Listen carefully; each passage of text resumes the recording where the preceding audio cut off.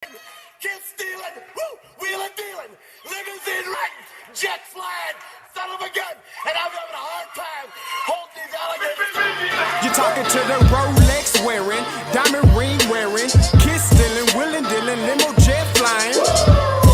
We Rick flaring on us, flaring on us. We Rick flaring on us. You talking to the Rolex wearing, diamond ring wearing, kids stealing, wheeling, dealing, limo jet flying. We Rick flaring on us, flaring on us.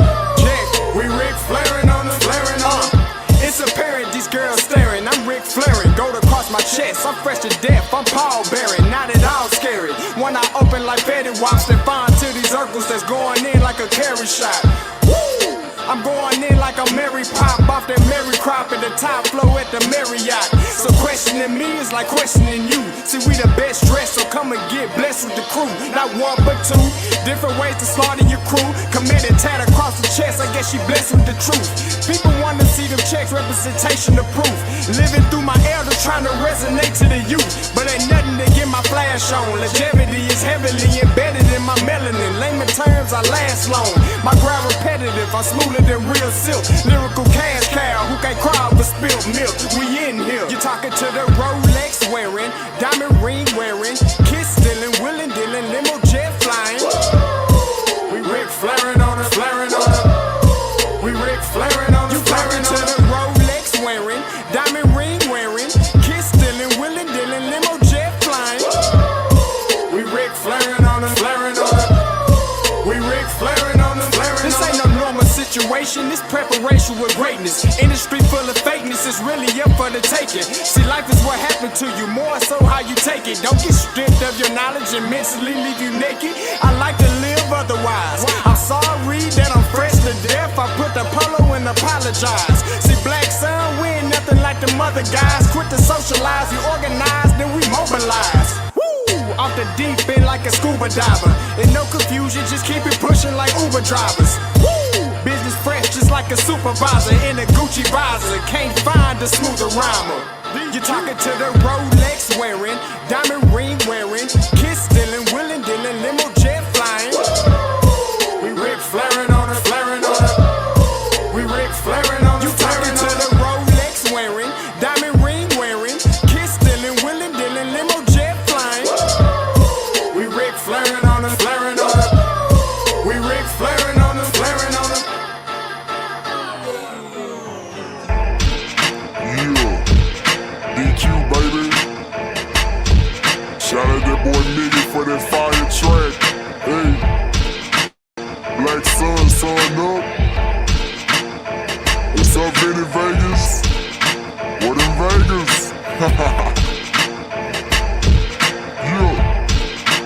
Shout out Pharaoh's Kids, D-Face, yeah, Bubba C, yeah, Rick flaring on them, Rick flaring on them, Rick flaring on them, Rick flaring, sun up, baby.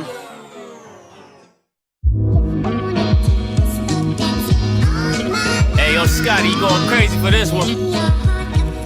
We see what you're doing, we salute you. Hey, let's get it started. It's Backpack Capital One. What's in your wallet? Got a call from my man A. Scott. I said I got it. Love that you highlighting all of these black colleges. Try to pay me for doing this. Look, bruh, if you don't get off my line with that foolishness, voice of the swag, pull up where you at, no cap. If the Brody is speaking the soft facts, my advice, tune into every show, Captain Petty, but we know that the Sargent is with the smoke. Speculate, just tell me what is we doing. Get into it, okay, look, I'ma say this and keep it moving. My boy Sky, man, he offered the least black grad paying college. I'm glad that he called me. Walking clean, all been taught that talk is cheap. Even primetime knows Scott for the HBCU streets.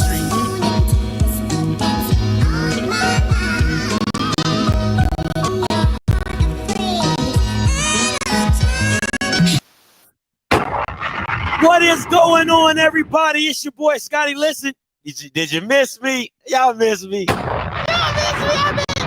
I've been gone for a minute. Now I'm back. You know what I'm saying? I feel like I got to drop one of them. Like, oh, you know, I've been gone for a minute. Now I'm back again. You know what I'm saying?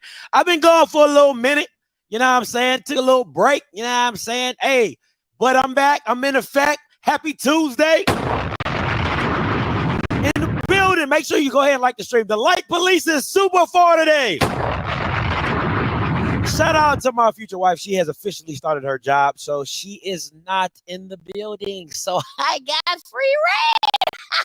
Because listen, I'm trying to tell y'all don't be like, I'm gonna have like a camera like behind the scenes. When she was here, like if I was saying some reckless stuff, like she would literally come to the door and just be like, "This what we doing?" Like she would give me this look like, "Shut up," you know what I'm saying? But she ain't here. So now I got free reign. Oh, I'm about to act a damn fool today. I am about to act a plumb fool on this platform today. Listen, so you already know what it is. At the end of the day, you know what happened, right? But at the end of the day, I always got to start with a disclaimer, all right? If you don't like nothing I say, you can always Unfollow me. If I make you feel some type of way, unfollow me. If low-key you're just here to hate, you can always unfollow me, okay? It don't bother me. You won't hurt my feelings. It just is what it is, all right? So you can always do that. But today, you already know the main topic. We're talking about Deion. But before I get there, I got to talk about a little something. All right, so let's get into today's show, all right? So tonight, 2 o'clock, tonight, all right, 8:30-ish, all right? Afterglow show. All right, so tonight, 8:15, 8:30-ish. All right, bear with us. You know what I'm saying? It's not the usual time. I had some stuff to do on Monday. That's on me. All right, so Kofi going to be on tonight. We're going to talk some Ja Morant. We're going to talk Tyler Perry and BET. Potential Tyler Perry might buy BET. And then once again, we're going to touch the topic on Deion on the pivot and see what Kofi has to say about everything that's going on. Also, coming up this week on Offscript, I'm trying to get official out here in these streets. All right, I'm trying to get real official out here. All right, coming up Wednesday, 11 a.m. Tomorrow, I'll have the one of the co-founders of HBCU League Pass Plus on the channel, as well as the GCAC commissioner. All right, Thursday, 8 o'clock, the round table. All right, we're gonna have a special guest on there as well with me and Blue, my boy Blue. Okay. I'm going to try to do a swag basketball watch party for a couple games. That's why I threw that in there. And Sunday, ladies, if you in the building, make sure you tune in on Sundays. Girl Needs Girls. It is a thing, all right? The fellas be taking it over because we want to make sure that they ain't saying nothing foolish.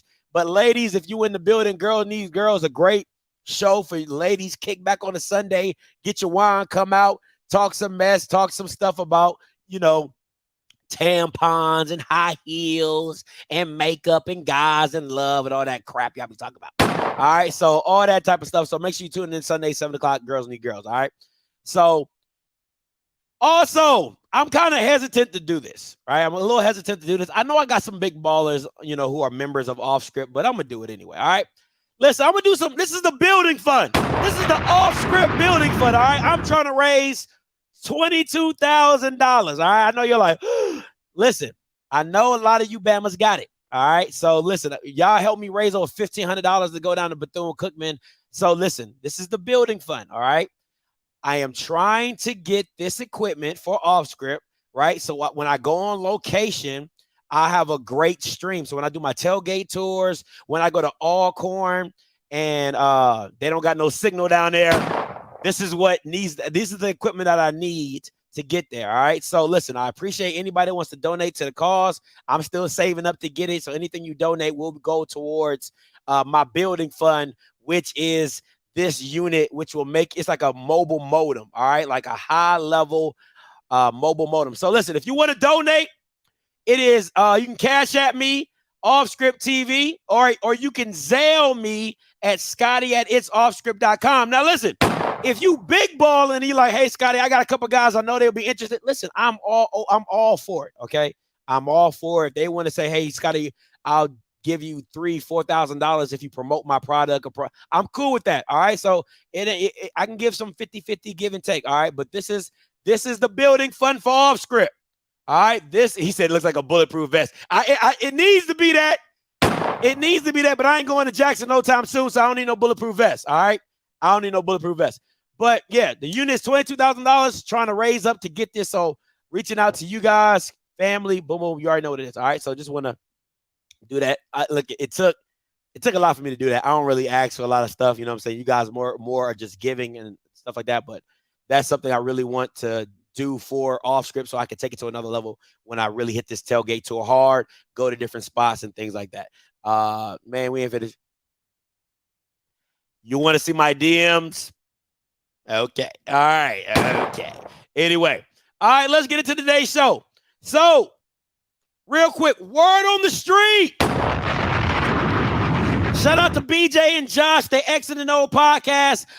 Terry Sims has come out of hiding, and he is part of Alabama State defensive coaching staff. Shout out to them. Happy congratulations for Coach Terry Sims for joining the Bethune, former Bethune head coach, is now part of the Alabama State defensive coordinator staff. I don't know what he's going as. I don't know if it's an analyst, maybe a positional coach, but he has joined Alabama State. Now, for me, that ain't been a problem. Defense has never been a problem. It's really offensively. You need to find somebody to help out your OC because he trash. The Bama averaging 18 points at Morehouse, and he comes to the SWAC averaging 17 points. Yes. Well, he's not really bad. He is what he is advertised to be. So he ain't ass, but he is what he advertised to be. So you need to be, defense ain't never been your problem. You need to get some Bamas on offense to get your offense together and get Demetrius Davis on the right track. So, but what do I know? All right, what I know. So to each his own. All right, but that's just word on the street for that. Now, listen. I've had a lot of growth over these years. And, I've had great people in my life, Mr. D, Mr. Campbell, you know what I'm saying, Jeremy, all the people, that have spoken into me and things like that. But a lot of you Bamas don't know who you be messing with. A lot of you don't. And allow me to reintroduce myself, okay? Because a lot of you think that it's all shits and giggles and shit ain't sweet. You know what I'm saying? A lot of you think that. So I'm going to have to hit you with it to make you understand. Now, this might hurt a bit, but all your favorite YouTubers, they were fans first, okay? They were fans. The same Bamas that you see bashing me on Twitter, bashing me on their platforms, jumping on other platforms, all of them Bamas have been in my comments, in my DMs, asking me for help. They have all been fans first, okay? And this is this one particular person that I really gotta stand on because I just need y'all to understand, like, when I say stuff is on wax, it means you too, okay? Like, it means what you think you've said or you haven't said, I got that shit on wax too. All right. Just like you can pull up my receipts, I can pull up yours. So let me understand. Let me tell you one thing about me, right? Now, Deion can't say this. Deion can't say this, but I damn sure can.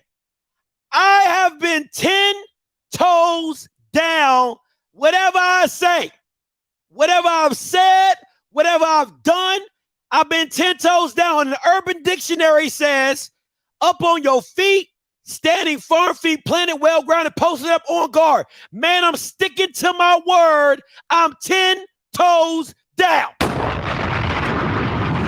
I'm 10 toes down, and then I can get biblical on you. John 8:32 says, then you will know the truth, and the truth shall set you free.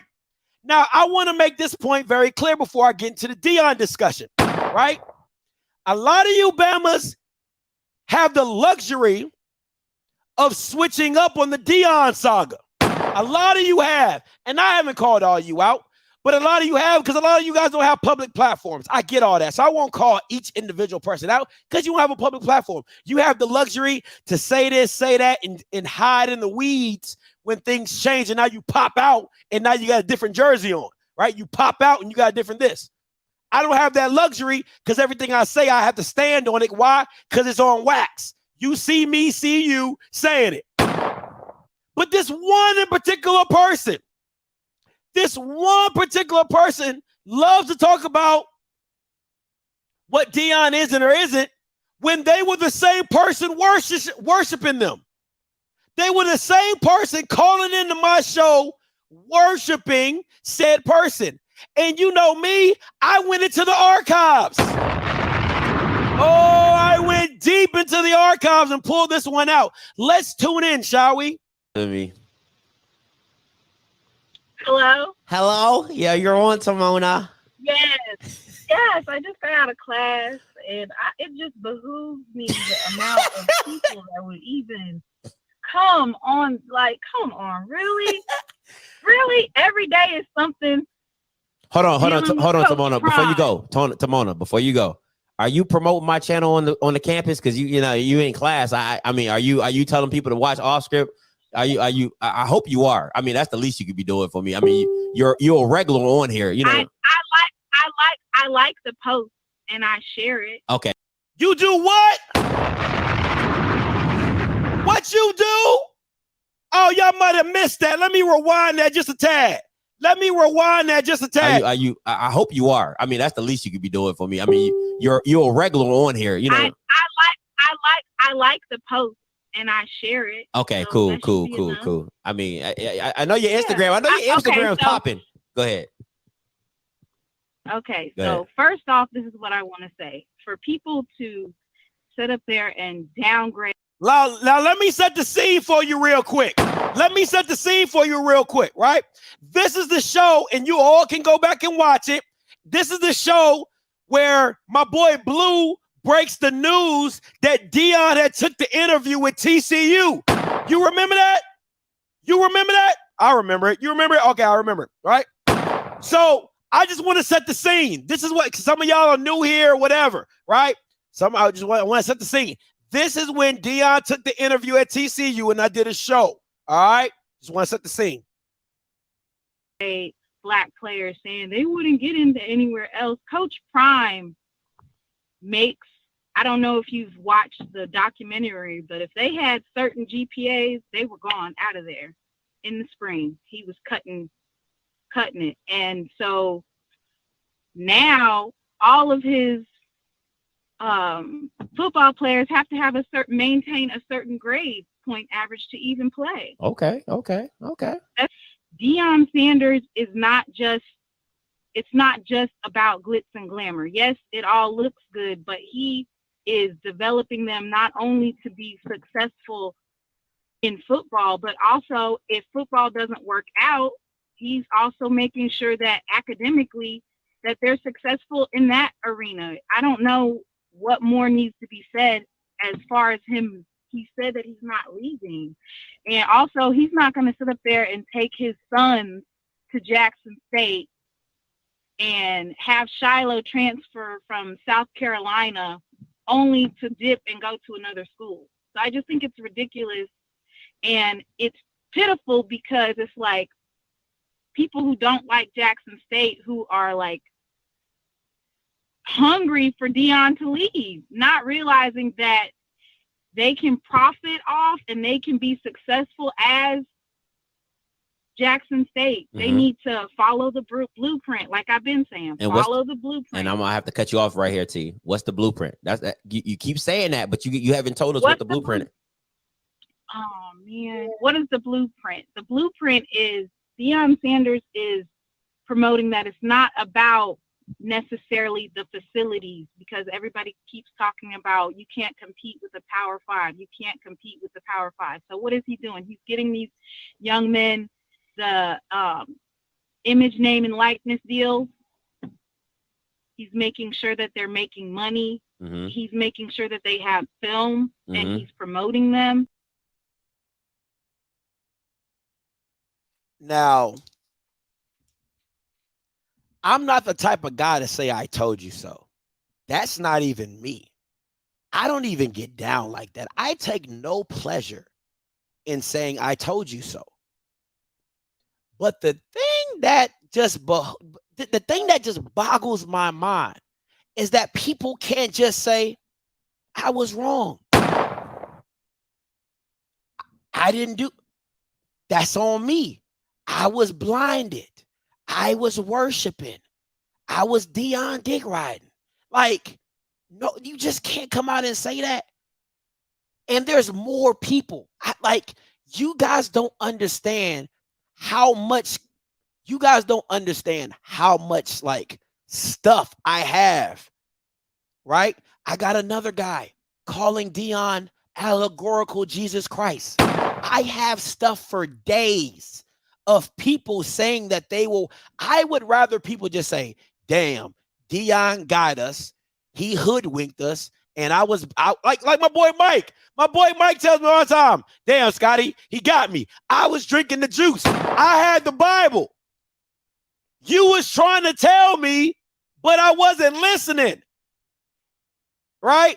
And the funny thing is, and I love my girl KJ. KJ, I got you in the live chat calling me a hater. I got the screenshots of you in my live chat calling me a hater. Listen, the receipts that I have are endless. Everything is on wax. So all the stuff that y'all think y'all got on me, I got 10 times on y'all. So it's funny when I was telling the truth and when I was being factual and I'm telling you, Deion's going to leave. Deion's not what you think he is. And I'm a hater, I'm this, I'm that.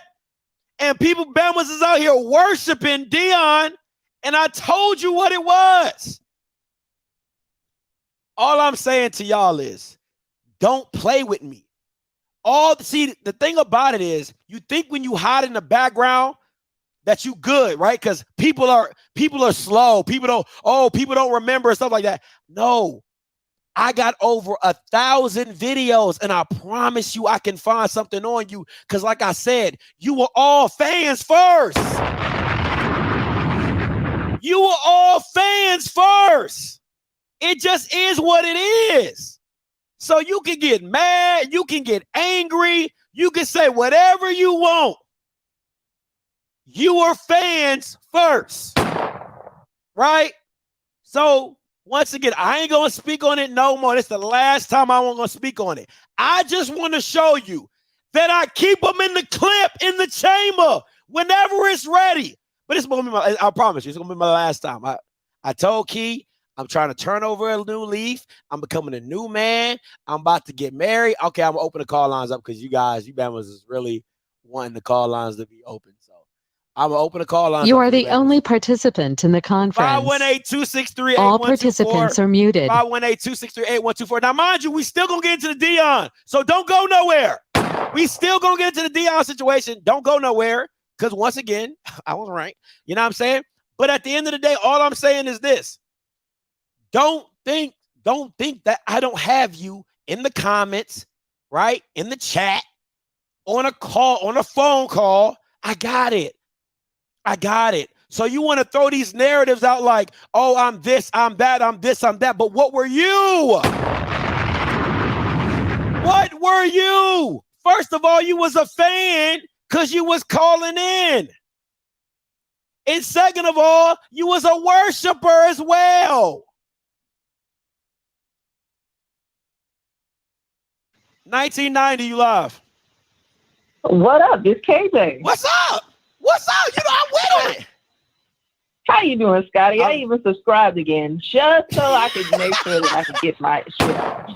Go ahead. Limited time engagement, so, you know, it is what it is.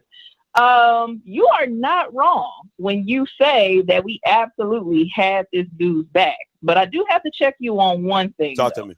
You sat here and said about me, which is not true. You can go through the messages, you can go through the chat or whatever else. You said that I was like, oh, Deion's not leaving, this, that, and the other, blah, blah, blah. I've always been someone who has had inside information. I knew the summer before we started playing the second season that the man was leaving, and I never once said that he was not leaving. I always said, even in the beginning, 2 years and a possible. because I have common freaking sense. So I never said that, and I have to correct that. I never said that Deion was not leaving. I was never that kind of new fool. Now, on you, when you would hate on some things that just didn't even make sense to hate on that the man would do, I stand by that. Scotty, at times you nitpicked. You nitpicked everything he did. Now, you will not find one message with me over here exalting the man like he was Jesus Christ. You will never find that. But I absolutely did. When you took opportunity to nitpick at something really trivial, it was me, it was Heavy, it was others that would say, now Scotty, now Scotty. I even said that I was on Eddie Robinson's side with that Who Is Swag stuff. You can go back and check that. Because I didn't think that Eddie was speaking out of turn, because Deion had come at him and had come at Alabama State and said some things the whole week. And I'm the type of person that keeps that same energy. I said I understood it and that he wasn't wrong. You can also see comments in the chat from me when I backed you up in some things that you said about Deion and said you ain't wrong when you right. That's fair. You can find those things too. I'll give you that. So don't even try. No, I'll give you that. Now, listen, for me, it was the hater. Like, I wasn't hating. I'm just like, you did hate Scotty. Can you admit, if I can sit on the call and admit and say that I definitely defended the dude as our coach, I defended him and what he was trying to do and bring to our school. Like, if I can admit that, why can't you say you nitpicked on some shit? No, because why can't you admit that? This is what I'm saying. No, for real. This is what I'm gonna say, right? It's like this. Mm-hmm. I looked at it like this. When Deion was wrong in my eyes, I stood on that. And when Deion was right in my eyes, I stood on that. Like, that's the only thing for me. It's like I stood on what I'm like, I don't agree with that. Now, I don't agree with that. The only reason I'm back here is because I can say for 100%, and I back you up on this. I always deal with people that have integrity, even if I don't agree with them on some things. That's why I never, even when you were saying the stuff, I still was here. I still was supporting you. Yeah, you're right. I still was a member and still doing those things because I can see you for who and what you were. And even in this situation, you have stood on the side of right. And when it's been against JSU, you called it out, but you have not flip-flopped. And when it's been against Deion, you have called it out and you have not flip-flopped, which I appreciate about you and about your channel. Why, thank you, Timona. Okay. Why, thank you. Why, thank you. Now I'm gonna say this and I'm gonna let you go. The only time you pissed me off and I was like, I am not about to be a member, was when I felt like Deion's camp at the very beginning floated you some information when he left. They floated you some information that I felt like was not verified, which you later came back to realizing they were floating information on purpose that was not verified to spin a certain narrative. I did not want to see you become a part of all of a sudden spinning narratives for them, because I was like, you ain't got to lie about JSU, because it's the truth about JSU is enough to make us look bad. You don't have to lie about things. I will say this. And that's the thing that I didn't appreciate. I felt like he was peppering some things that were absolute lies that were anti-Black. But the true journalist in me said, hey, I got this from Deion's camp. I didn't act like where I didn't get it. I wanted people to know who was feeding me this information so that people didn't say, Scotty was just a source for, like, because what would people say? My sources told me, right? That's what people would say. No. I made sure I said, listen, Deion's camp is giving me this. So if anything went awry, they can be like, well, Scotty was just saying what Deion's camp. So Deion's camp is, you get what I'm saying? Like, I didn't want to keep it an anonymous source, because then it looks like then you're going to ask who is saying this, or who is spreading this and who is spreading that. That's why I made sure to say Deion's camp told me this, and this is what I got from them. All right. I'm looking at the chat right now. You really need to be quiet. Because if I had realized you were such a prime puppet, I never would have engaged you in the first place. I've always at least stood on the side of my school. I ain't never switched up with that. I have always been here for the purpose of JSU. Deion got supported by us because he was with JSU. And when he left, my allegiance and my loyalty stuck with my university. Now, you want to sit here in the chat and say that I don't know what is lie about that situation, you full of shit, because I actually do know what was lied about in that situation. You want to believe whatever Deion says, though, because that's your boy. You've been betting on him and losing money for a long time and winning money for a long time. I understand that. It supports your gambling, but don't come at me. Yeah, you can handle that in the chat, KJ, but I appreciate the call. I always love over here, KJ. All right. I appreciate you. All right. Bye. All right, let's go. I see you, Timona. I'm gonna get to you. 3, 4, 5, 4 coming to you. Hey, what's up, Mr. Sargent? Hey, Scotty. This is Mr. Sargent. Triple striking you from Sanford, Florida. I heard you say something a few seconds ago, and I got a little worried. So I'm not checking you. I'm just verifying, trusting but verifying. You said that once you get married, you're gonna turn over a new leaf. Does this mean we're not gonna talk about little Bill? All right, brother. I'll talk to you soon. I'm sorry, man. No, y'all brothers are so petty. Y'all are so petty, bro. Y'all are so. I can't stand y'all, man. You know what said? You know what y'all? You know what you Bamas? You know what you Bamas remind me of? Y'all remind me of the Tyrese song. Timona just hung up. Timona just hung up, by the way. So I don't want nobody to think I'm ducking the smoke. I saw her name in there. She hung up. Now she ain't here. So she back now. Okay. What's up, Timona? Now, Scotty, you know you a motherfucking lie about me being a fan of your show. Don't play with me. You gotta come in. So you gotta come in text my phone. You didn't text my phone after I called in after Alabama and say I want you to be a regular on my show. I didn't even give you consent to text my phone. Whoa. So you didn't text me? Whoa. Ask me to be a regular on your phone? You called in. Listen, wait, listen. I called in onto the Alabama show when you dressed like a clown. Hold on, let's keep it a buck though. Let's keep it a buck. Let's keep it a buck. Let's keep it a buck. Let's keep it a whole buck. If you're gonna talk, I'm gonna talk with you. You called in. Well, you didn't let me finish. No. Hold on. You called in. And that's why I don't call into your show anymore, because once again, you're interrupting me from talking. Go ahead, Timona. I'm gonna let you finish. Go ahead, T. I'm gonna let you finish. Go ahead, finish. So, Alabama A&M, you had on your little clown makeup. That's when I subscribed to your channel and I called in. After that, after I was clowning you about Shador and his stats, later the next day, you said, "Hey, this is Scotty from Offscript. Just wanted to say, love that you called in. I would love to make you a regular." I didn't even respond back. So don't sit up here and act like I'm just this big fan when you are the one that texts my phone without even my permission asking me to be a regular on your show. Can I respond? Now you can talk. Oh, I appreciate that. Yeah, sure, please do. And now, that post is on Twitter. I know you like to post receipts, so I posted my receipt on Twitter. Post them. It don't bother me. Post them. I got plenty of it. It's funny to me though, right? So you called into a show, right? I couldn't have got your number if you didn't call into the show. That's number one, right? So that means you're a fan. That means you was watching. That's number one. Number two, the reason I text you to make you a regular is because the people like the banter. So I was like, let's make it happen. It's no different than me telling people I reached out to Ken Clark before Mike was on The Breakdown. I reached out to Ken Clark to pitch the show to him. So I'm not opposed to anybody's negative opinion about me because I know that's good TV. Now, after that text, I did not text you. You can't post another time that I told you to call in. Of course you didn't. Why would you text me? I never responded. Once again, hold up. No, I'll let you finish. I can go 3 other times on my show that I know for a fact that I already got the cut-ups that you called in without me texting you. So what point are you proving? The time at TCU, you called in without me. The time on week 9 against Southern, you called in without me. The time against Alcorn, you called in without me. So what are we talking about right now? The players.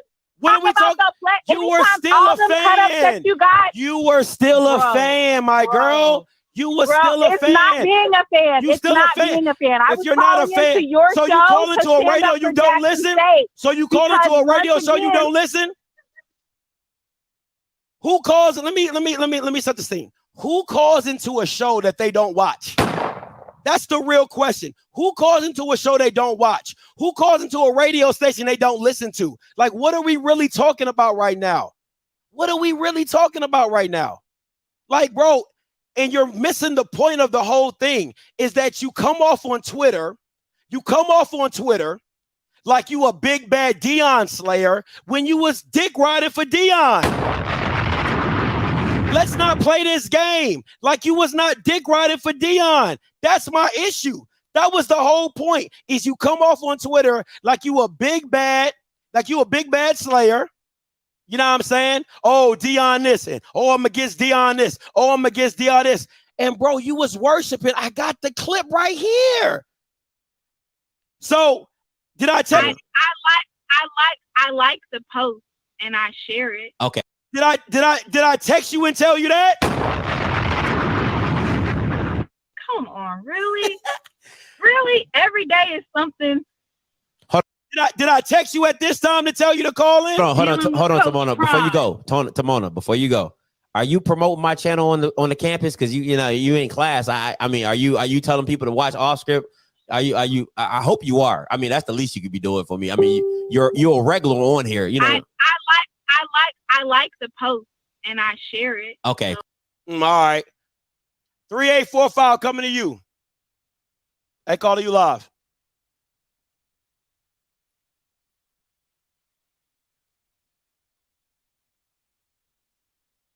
Hello? 3845, you live. Are you muted? Are you here? Hello? Okay. Hey, TG, coming to you. Hey, TG, you live. Hey, I just want to send a message to Timona, and I know your panties in a little wide right now. It's all right. It's all right. Just hit that like button for me since you called back in, and keep this thing rolling. As a matter of fact, all 300 of y'all, hit the like button, because we got the haters, the non-haters, the participators, the people. And you know what's crazy, what's funny to me, Scotty, if they're not subscribed to your show, then how did they know you were even talking about them? Does it pop up on their phone every time that you go live, and then they watch just to see? So that must mean that they're still subscribed for it to be popping up for them to even know that, you was telling them, hey, you got your stuff on wax. But I mean, if they wasn't fans, they wouldn't be watching no way. They would have to get it from hearsay. I'm just saying. But hit the like button. Got it. I'm still watching. I'm still a fan, my boy. And I graduated from Jackson State. I'm still a fan. Hey, appreciate you. Now, this is my thing, right? This is funny to me. Now, if you're new to YouTube,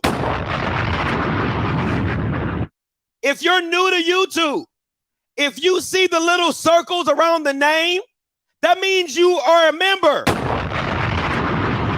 Now, if you don't remember, and all the old heads on this show, they remember, this is Timona.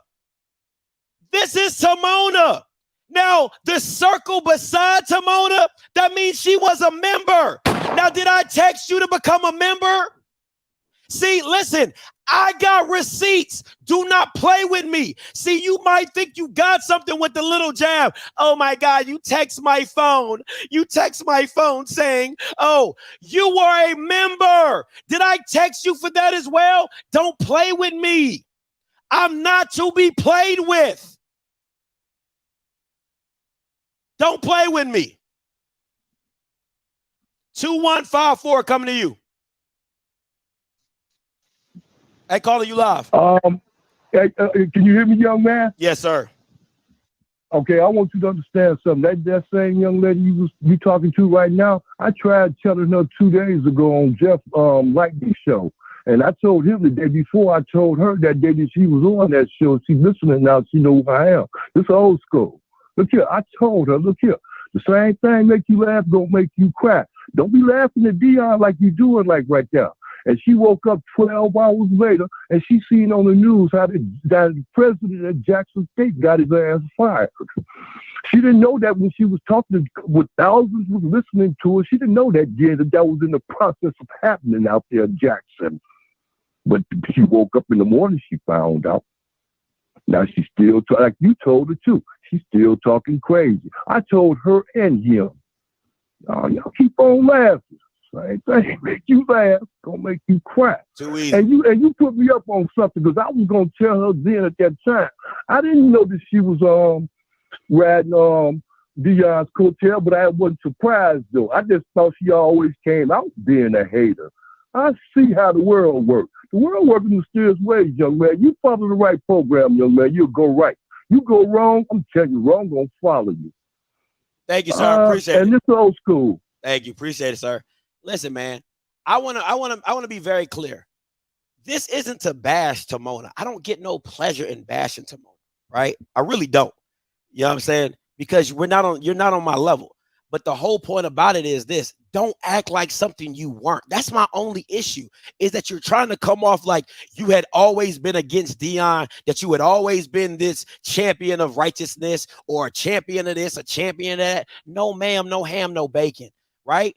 Timona, listen, Timona is absolutely right. I wanted her as a regular call-in because what she gonna do is she gonna stand up on her school. She gonna stand on the facts. She gonna stand on the stats. She gonna do all that. She's great television. No matter how you want to flip it, no matter how you want to, she is great entertainment. She knows her stuff. She gonna stand on her stuff. You know what I'm saying? And you got to respect that. All I'm saying is whatever you stand on, make sure that you hold yourself accountable for what you were standing on. That's it. That's it. This is not here to say, oh, this or that or whatever. It's to simply say, listen, when you talk about football in Jackson State, she stands on her stuff. She going to bring the stats. She might not know football, but she going to bring stats, right? That's what she going to bring. But then all the other stuff, leave the other stuff alone because you weren't right. You weren't right. That's it. Just say, hey, I wasn't right. You know what I'm saying? It just is what it is. KJ, coming to you. What's up? Oh, that's Mushmouth calling back in, Scotty. I just want to say, a couple of things, about stuff making you laugh and cry, whatever analogy I was trying to put out there for my Primate fans and buddies. Look, y'all really think y'all know more than Jackson State people and people inside the program when you really don't. We been new. I hate to hurt your feelings, but we knew for a month before that even came out with the vote of no confidence that person was about to be out. But that's also how we knew there was no allegation or finding of facts about stealing or misappropriation of funds or anything that Deion said that came out his lying ass mouth. So while you try to say, oh, this vindicates Deion, this vindicates Deion, go to hell. All right. This is Mushmouth. Bye. Listen, man, y'all on one today. All right, man, let's get into today's topic, man. Let's get into today's topic. Let's really break this thing on down. All right. So listen, at the end of the day, all you can say is Deion being Deion. All right. At the end of the day, all you can say is Deion being Deion. Was there some stuff that Deion said in this interview that he was right on? Absolutely. Was there some stuff in this interview you're like, come on, Deion? Absolutely. But that's what you get with Deion. All right. You're always going to get that aspect with Deion. You're going to get the aspect where you're like, bro, really? Right.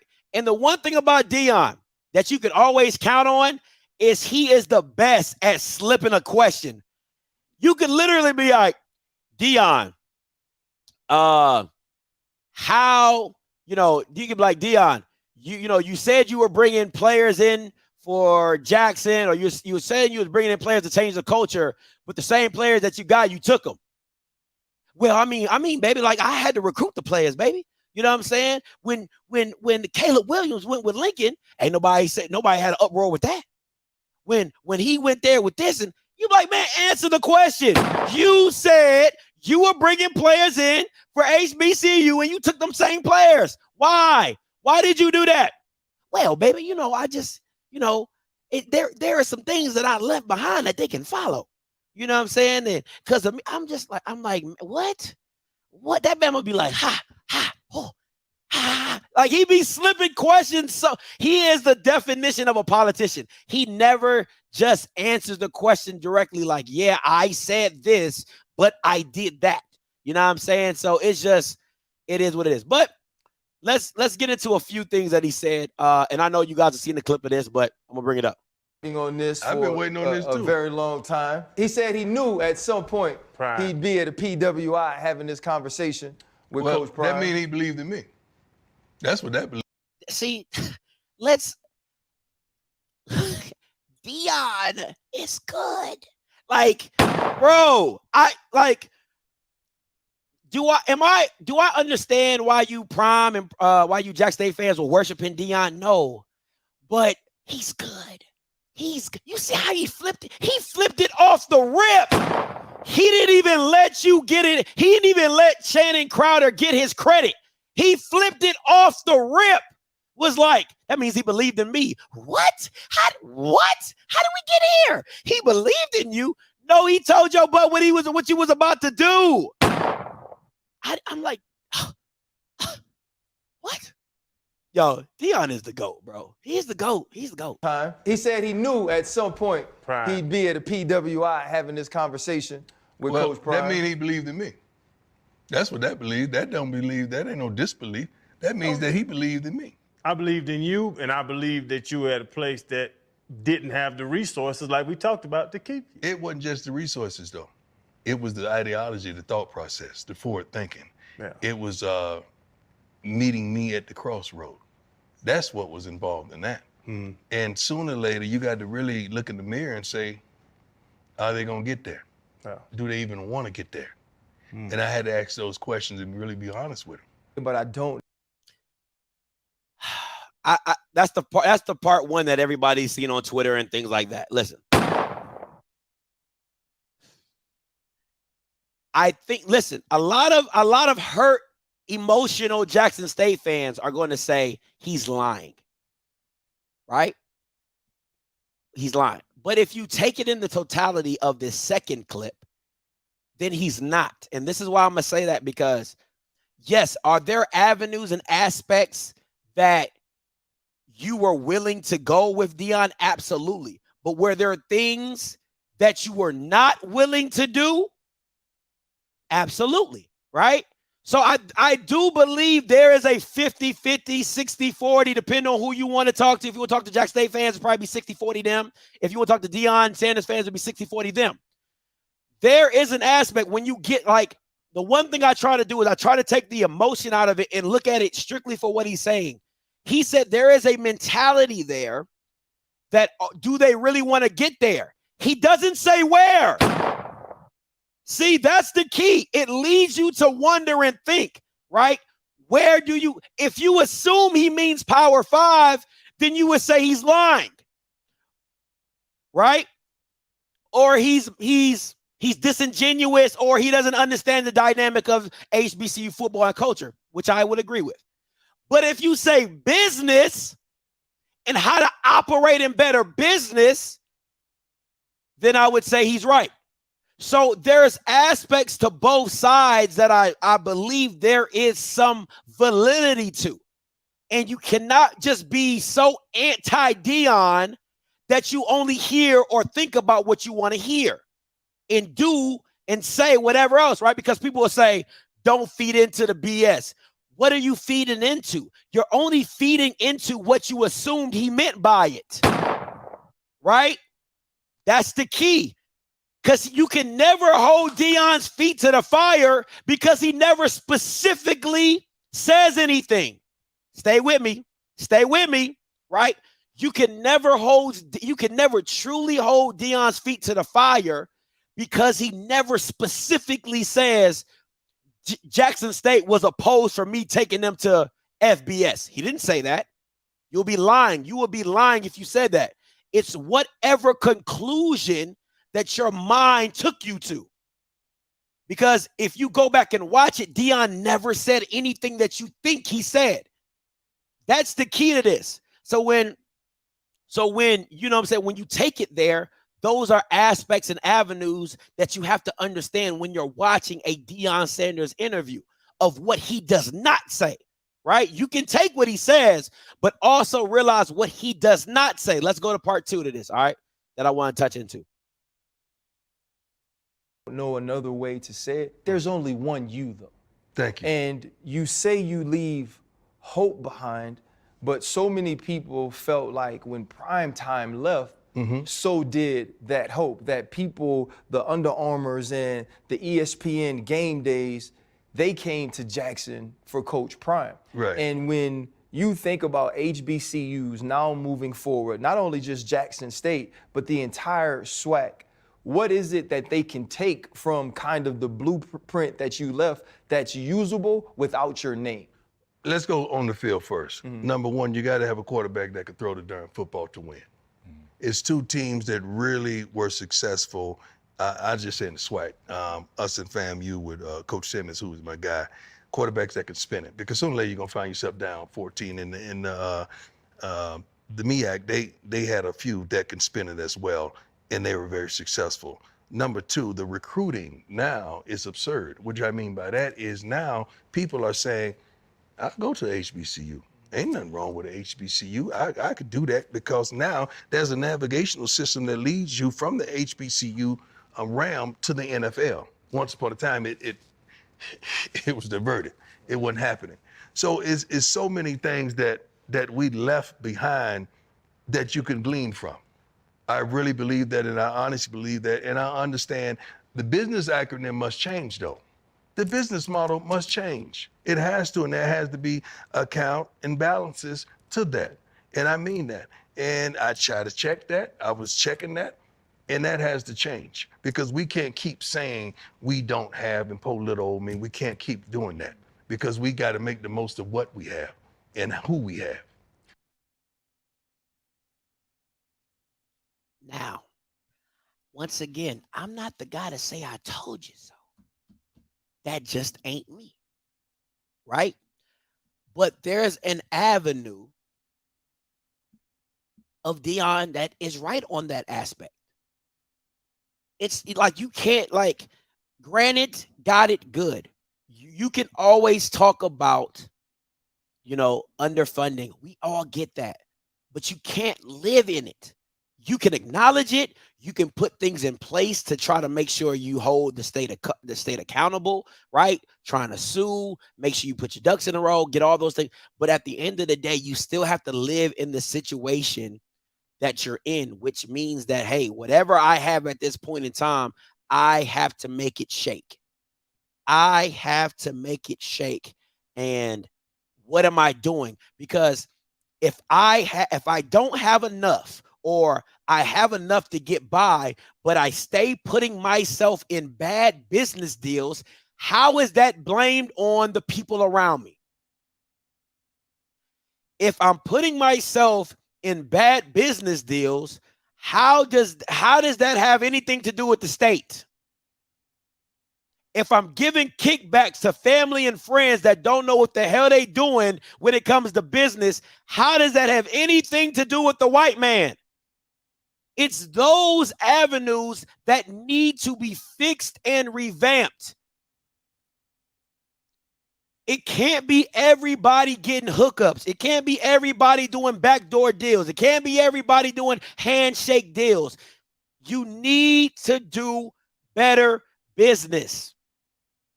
And that's what I'm here to talk about. And I'm always going to be here to talk about. Better business equals better situations. Not ideal situations, not where, oh, Scotty, we're supposed to be, should be. It won't always get you to where you should be, but it will get you in a better situation than where you're at. Okay? Than where you're at. And making something shake. Listen, if you keep that, listen, okay. Right? This is what that reminds me of when you say we still make something shake, right? It's like a restaurant that is living in the red, and you're just happy when you're $1 over the black. And that mindset intrinsically feeds through everything. Why do you get excited when your commissioner can barely do, when your commissioner gets you back into the black? Oh, Scotty, we was in the red for so long. We're in the black now. Intrinsically, all you're thinking about is making something shake, not prosper. It's just making something shake. That is a small-minded mentality. Listen, you guys can feel however you feel, and when it comes to me, I'm going to stand on what I feel. And just to say we're gonna make something shake, it doesn't mean that you know, it's not where it could be. Making something shake is just like, man, whew, good thing I put together this dollar so I can get some bread just to live, so I can eat for today. That's what it always comes down to. And then when you have that mindset, you know what that's okay to have? It's okay to have that mindset by your AD. And then it's okay to have that mindset with your VP. And then that's okay to have that mindset with your coach. Because if the alums have that mindset that, man, at least we're making something shake, the AD is going to have that mindset, at least I made something shake. Then the coach is like, and Misa, that's how you get people in office. That's when you get people in administration positions for over 15 to 20 years that ain't done shit. That's how you get a volleyball coach at PV for 8 years abusing her players and they ain't won nothing. They not even competitive. It just doesn't make sense to me. It really doesn't. But Smash gonna call in to explain. What's up, Smash?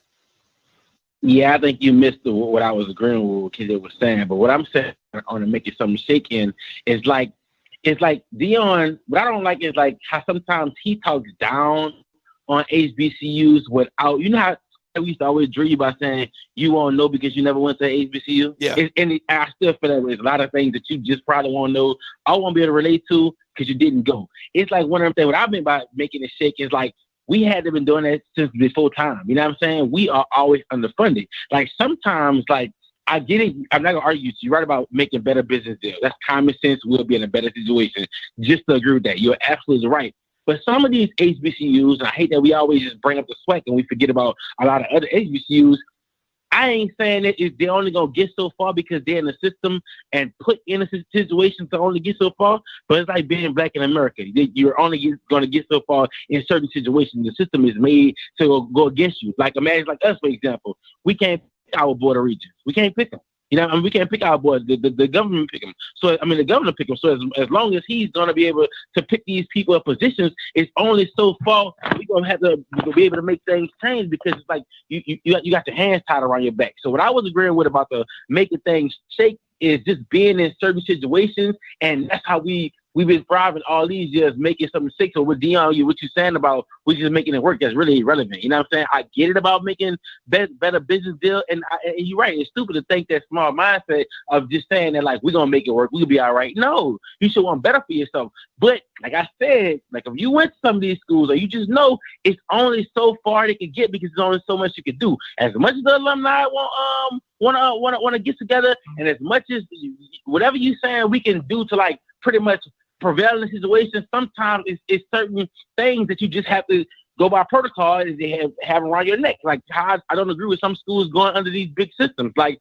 this NCAT just got sued $1 million because they let too many students in their school. You know what I'm saying? They under the whatever in UNC system or like PV under the A&M system. You know what I'm saying? It's just certain things that like you have to go to know. And then like if Deion was explaining to somebody and they don't know what the facts really is, they're gonna run whatever he say that sounds good. You feel me, Scotty? No, it's almost like it's like you give the world this big platform and you say all these things about HBCUs, and somebody who's blind to the fact and don't really know how this shit really works. Like sometimes you can't just build a building on your school without it getting signed off on the state, and the state is really trying to close your school. So why would they even let you build a new dormitory?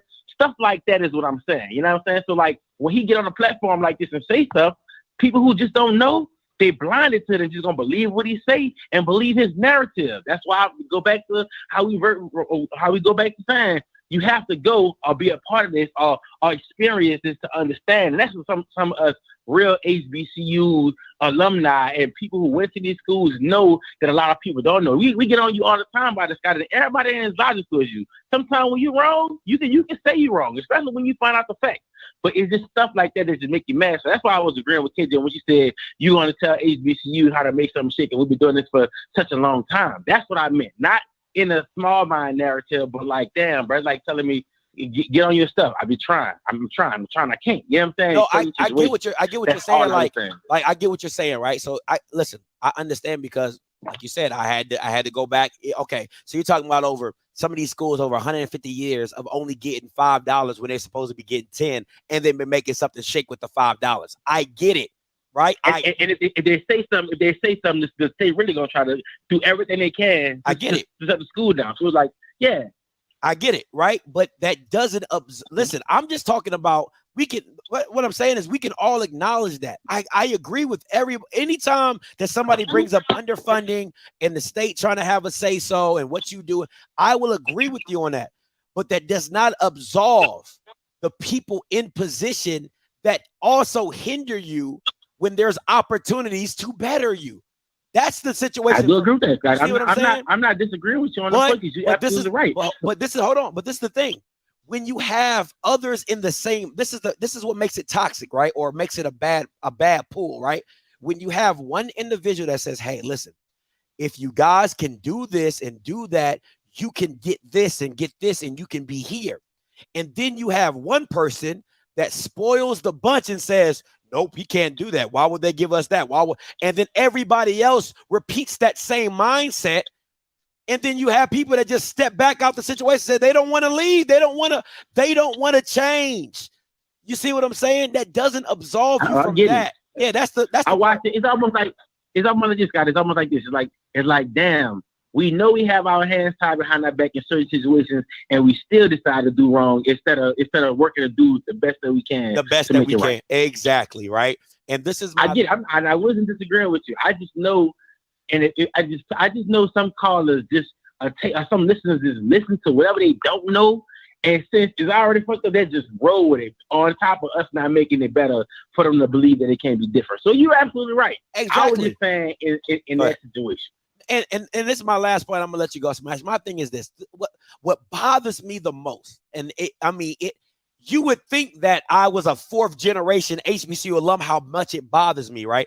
When I tell people the coach is worth $100 million. The coach is worth $200 million. And they tell me, how did you come up with that number, Scotty? We're not worth that. And I'm like, wow, you think that a country perpetuated by Black culture and you are the centerpiece of that. Think about that. You're the centerpiece of Black culture. You have the history. You have the alums. You have the professionals. You have all this, right? And you don't think you're worth $200 to $300 million? Like, that doesn't make sense to me. And I will have people like telling me how stupid I am because I feel. You know why? Yeah, you know why it don't make sense? Sometimes stuff like that don't make sense because they never seen it before, or they just never been around it. Like sometimes, like it's almost like when you say now we starting to see a lot of people come get HBCU everything. You know what I'm saying? A lot of people never thought that our culture should be worth this because it's never been presented like that before. People just stealing the culture and like just making money off of everybody so long because they never ever thought like, dang, we can get some money off of it. And that's one of the brilliant things that Deion has, boy. Yeah. He has showed a lot of people they down work. You know what I'm saying? And it's crazy. I just sit there and like I never like really say, damn, can we sell HBCU to a fault? You know what I'm saying? Like, can we sell this culture, which I definitely don't want to, especially if it's not benefiting to the HBCU. That's a whole other conversation for another day. But I definitely feel it's just simply they never. I ain't gonna say it was that open-minded, but it never was brought put on a platter to where it's like, damn, you know you could be making this, right? Or you know this, that, and third. They never really thought about it. So that's not even an excuse to the fact. It's just damn, like, you know, it's not your fault that you never thought of, like we talk about all the time, Scott. It's not your fault that you seen a lane that nobody didn't take and you ran with it. One can say you didn't graduate from HBCU, and somebody who graduated from HBCU twice can say, yeah, he might ain't graduated from HBCU, but is he pushing the HBCU culture forward? Yeah. You know what I'm saying? Yeah. Some people just never seen it that way, and I ain't say you can't fault them, but they just never seen it that way to be able to think like that. But that's my time, Scott. I definitely get the great show, man. Hey, appreciate this match as always, my boy. 3686 coming to you. Scotty, you hear me? Yes, sir. I can. What's your name? Where you calling from? Hey, this is Frank. I'm calling from Dallas. Talk to me, Frank. Listen, let's be real. That Deion Sanders is a snake. Let me tell you why. How in the world you dog out of school, then you come right back and try to take from them? Yeah. Then you run around and you talk about people like dogs. And then when people try to explain and try to defend themselves, they can't defend themselves because you got such a large platform and you got people running around here kissing his ass up and down. So what can JSU do? Should we just keep sitting back, just keep taking the bullshit off of it? Well, I look at it like this. Well, when Deion was pushing all the wild narratives when he was at Jackson, nobody had a problem with that. What wild narratives? Because the only thing you only can see that he put money on is the damn locker room. That was the damn money at Scotty. JSU had all that going on way before Deion came. Because people just started telling the truth. Okay, so all these lies. So it is ridiculous. So let me ask you this. So he had Jackson State spring. So Jackson State spring game was on ESPN before Deion? No, it wasn't. Oh, let me keep it going. I got more for you. Did they have a turf practice field before Deion? Scott, did they have all that sound good? That's good. That's good, Scott. He did wonderful. He did wonderful. But more. I'm talking about the snakish ways. When you got ways of a snake, I got more. That's what I'm talking about. Sir, let me. I got more. Oh, listen, I got them in the chamber. I got more. Did you guys have a deal with American Airlines flying into the Orange Blossom Classic before Deion? Matter of fact, did y'all have a deal with American Airlines before Deion? Yes or no? No, we didn't, Scott. And the funny thing is the person that got the deal at Jackson with American Airlines was an HBCU graduate. So it's not like these guys just magically showed up in these positions. They had always been there and didn't want to do business with y'all. So listen, I agree with you. Are there certain things that Deion did that wasn't right? Absolutely. But let's not act like that snake salesman did not improve Jackson State. Let's not act like Scotty. Go ahead. What things is not being told is Jackson State had a lot of stuff in process going on way before Deion. We had to sell out way before Deion. That man getting a lot of credit for some stuff that he did not have a hand in. And people at Jackson State, we got to start putting that to the forefront. I ain't gonna let you slide with that one, sir. I had people who are Jackson State fans say, Scotty. Now, I won't even say Jackson State fans. I had fans that Alcorn fans, Grambling fans, Southern fans that said you guys were dead. Nobody was checking for Jackson State. You guys were the buffoon on people's schedules. They were whooping you. You suck. Let me tell you something, Scotty. That's every blue blood go through a hardship. But at the same time, Jackson State was winning SWAC championships left and right. Let's get it right now. If you're going to tell the story, tell the story. Because let me tell you something. That man sat up there, his daughter, put in snake shit. Let's be honest now. You know they would. How can you dog an institution that gave you an opportunity, then you throw them under the bus? Come on, bro. What we do that at? Let me ask you this. Let me just listen. You know me. I call it. You know me. Listen. I call a spade, right? Were you guys not throwing Deion under the bus as he left? That's a yes or no. That's just a yes or no. It's just a yes or no. No. We ain't gonna play that game. Let me tell you something, Scotty. That man started at us. We did not say nothing. We tried to move on. That every chance that man get, he throw mud. That's just the bottom line. The man throw mud at Jackson State. So you think Jackson State don't have the right to respond to the bullshit? So Jackson State didn't throw nothing. They didn't throw no mud. They ain't throw nothing. They only threw back when it came to them. When you brought it to us, of course we're gonna throw it back. Who won? Sir, I have a hard time that Jackson State fans can have the right to call a man a snake salesman when he is a snake. A snake. When did he become? Come on now, bro. When did he become? You know that man sitting up there with that underlying tones of bullshit. And when we sat back and tried to defend ourselves, the world look at us like we wrong. When did he? What we do this shit? When did somebody tell me, please? Listen. When did he become a snake? Answer the question for me.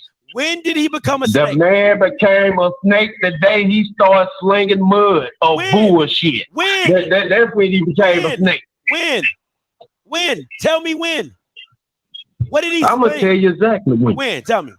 I'm gonna tell you exactly when. First of all, is examples out there that everybody knows. I asked how can you run back to an institution, start messing with their players? When their players, they didn't even have him on their mind at a particular time. But you run your big ass media up in there, and you run your other little snake ass coaches up in there and try to steal players. Sir. Come on, man. Everybody needs to get these facts right. Stop. No, you need to get the facts right. How can you steal something that you brought? The players he brought. What did he bring? What did he bring? What did he bring, Scott? What did he bring? And let me ask you something. Did he? How you gonna steal something you brought? What did he bring, Scott, other than resources that everybody know that he was able to bring? I give him credit for that. I supported Deion Sanders. I really did. I supported that man through thick and thin. But when you know good and well, how in the world do you come to people telling people that God did this, God did that, and you know where you at? Come on, bro. You don't take advantage of people's emotions like that. Come on, man, because you know good and well Mississippi is a Bible Belt. And you know those people gonna hang on every word you say. Come on now.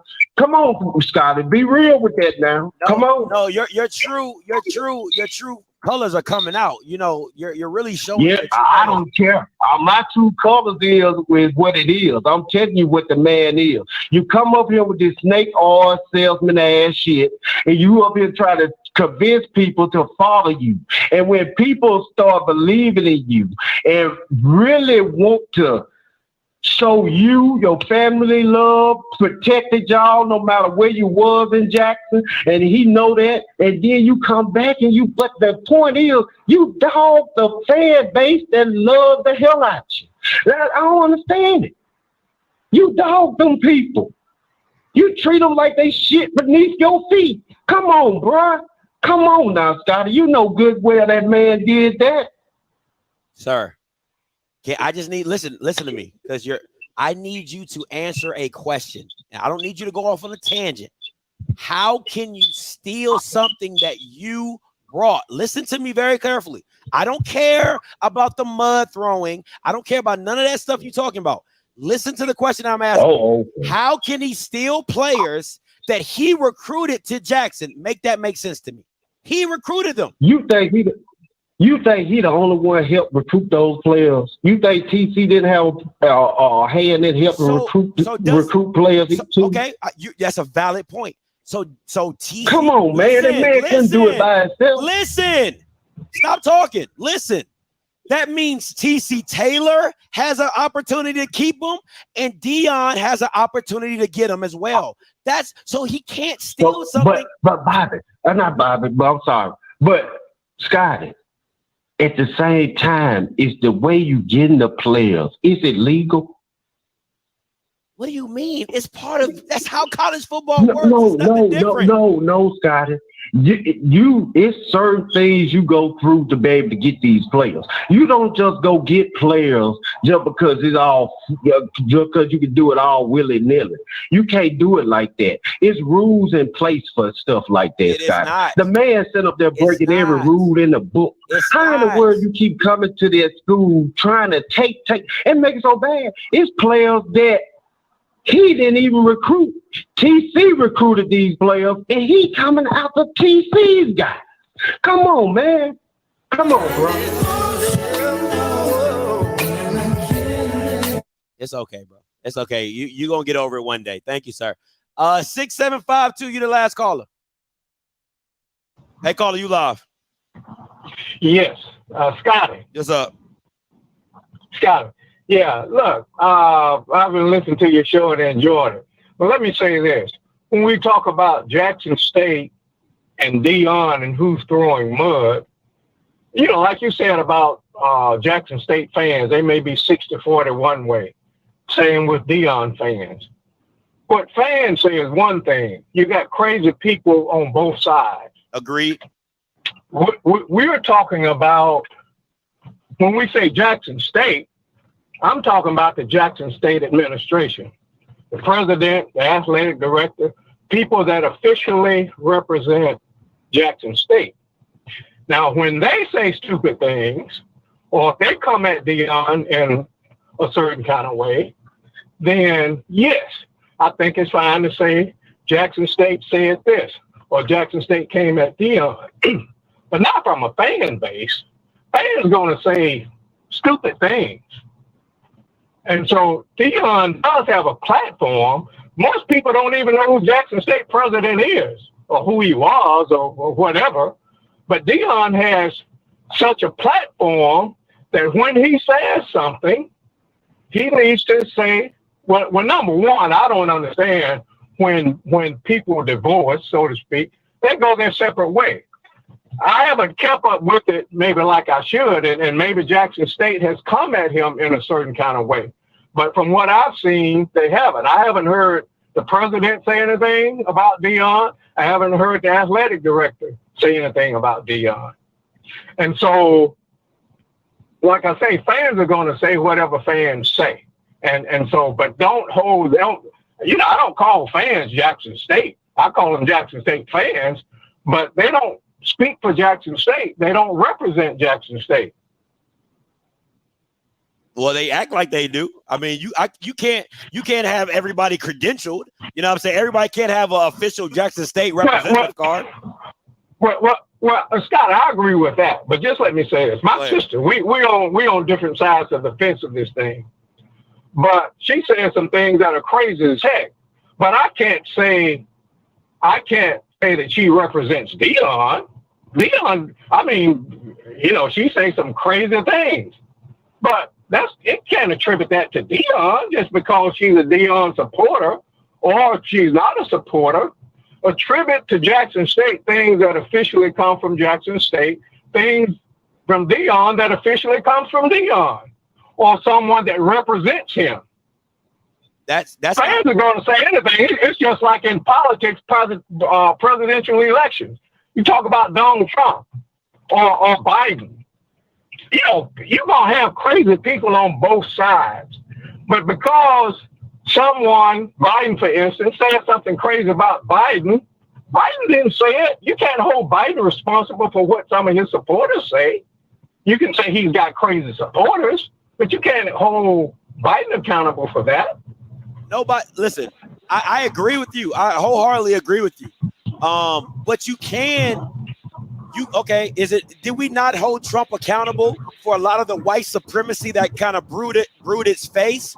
You know what I'm saying? Even though Trump did say some stuff that was anti-Semitic, he had supporters that did stuff that was anti-Semitic, and we attribute that to Trump and what agenda he was pushing or what we felt, right? So the thing with Deion is, if Deion leaves a lot of things open-ended and his supporters take that and run with it and they push narratives that, oh, this is that. And remember, the people that are taking it and running with it are celebrities, right? Former athletes, people, journalists. So it's not like Deion's, let's say his congregation is small-minded people. You're talking about people at the highest levels that look at Deion as an athletic god or athletic, you know, as a I don't want to say a super being, but just look at him as a role model, right? So you have people with blue checks that have platforms that have their own many congregations. And when Deion leaves things open-ended and allow people like that to take it and run with their own narrative, he can be the cause of that. He can be. I agree with that 100%. I heard you say that earlier. I agree with that 100%. And I'll just say this. When it comes to Jackson State and Deion, I have no problem. Deion needs to do what's best for Deion, whether we like it, whether we don't. Jackson State needs to do what's best for Jackson State. But I'll just say this, and I'm a Jackson State alumnus. I would like to think that my school is going to do what's right, what they think is right. And I think the same thing about Deion. I'm a big Deion supporter. I hope he does well at Colorado. Mm-hmm. But I think when things get out there, wherever they get, if it's something that Jackson State, quote, fans or Jackson State, quote, says something about Deion that is not true and Jackson State officials know it's not true, I think it's incumbent upon Jackson State to come out and say, hey, that's not true. That didn't happen. By the same token, when there's negative things about Jackson State that are not true and Deion know they are not true, when it comes to that Deion-Jackson State relationship, I think Deion needs to come out and say, hey, that's not true.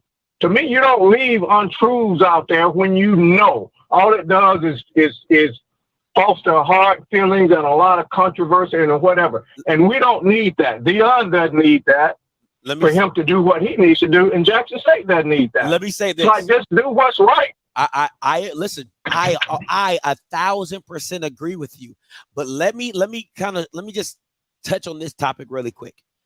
The reason that I feel, this is my personal opinion, right? I did hear that Jackson State told people in the administration not to speak on what Deion has said about them. I've heard that through a couple grapevines, but let me say this, and I'm gonna stand on this.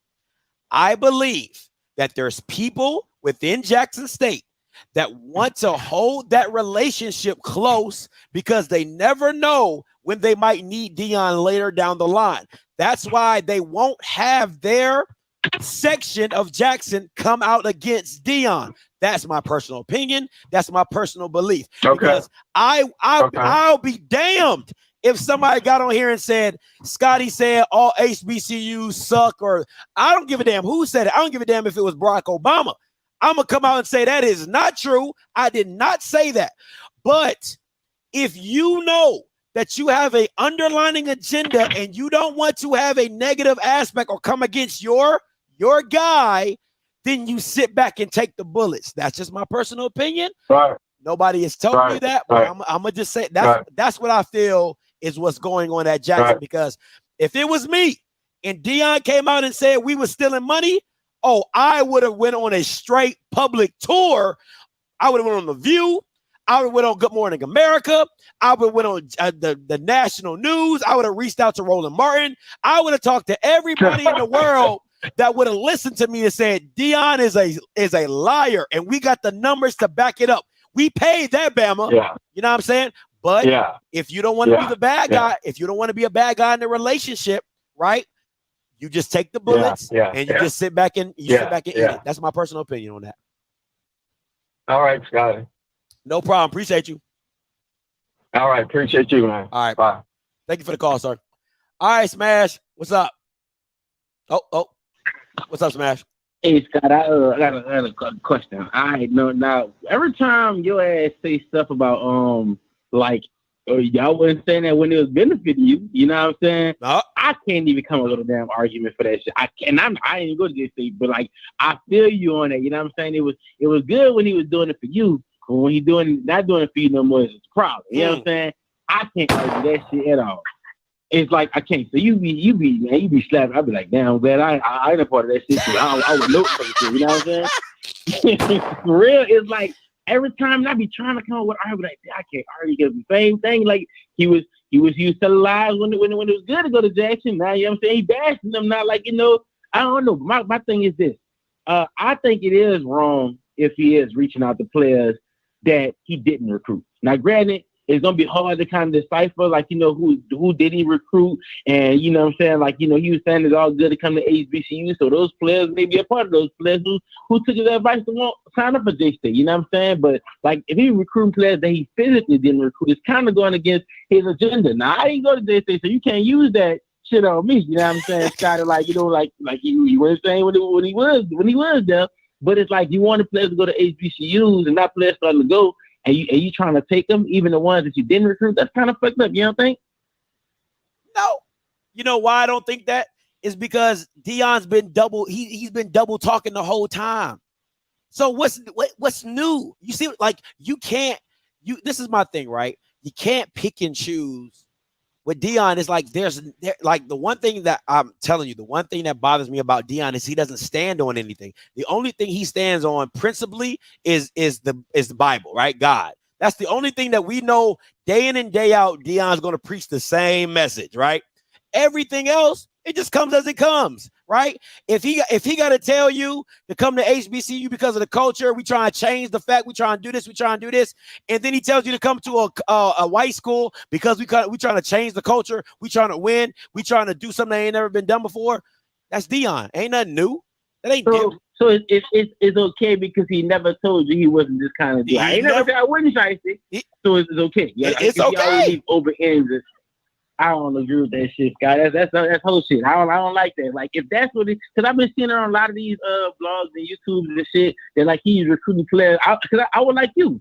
If I'm recruiting a player that I told her to come to J-State, technically that's kind of like fair game in a sense. Even though I still kind of call bullshit on that because your whole thing was to let players know they can go to HBCUs and still get the same opportunity. And if so, what changed now that you left? That's why I'm calling bullshit on Deion. But at the same time, it's like like and as well, if you recruiting players that's a product of your labor towards J-State, that's fucked up too. But at the same time, I see what you be saying on it, like I don't know, I don't even know how to look at it because, like you said, it's almost like I'm not gonna expect something from somebody who I knew was a snake from the beginning. Showed me every. That's the hardest thing. Even now, I'm fuck with it like, damn, that nigga got it. You can't, you couldn't expect him. With my fault, I was blind and I couldn't see what the fuck he was doing. You know what I'm saying? Listen, so this is how I look. This is how I look at Deion, right? When you deal with a person like Deion, I look at it like the military, right? In the Army, if anybody's ever gone to the Army, or if anybody's ever been a part of the military, the old heads in the military say this to you when you were young: get whatever you can from the military because it's going to get everything it can from you. And that's the thing. When you walk into a situation with Deion, and you smash, I said this from day one. I said Jackson had to milk Deion for everything he is worth. So at the end of the day, when he walks away, you be like, shit, we got we Gucci over here, because we got it didn't matter how he left us. We milked him like he milked us. You know what I'm saying? And that's what Colorado's doing. They don't give a damn about all that stuff Deion talking about. They worried about they getting the money off the sales. They getting money off tickets. They giving money off the season tickets. They getting money off the merchandise. They getting money. What they paying Deion, they probably got back in the first year. So I don't care. I don't care what you're talking about.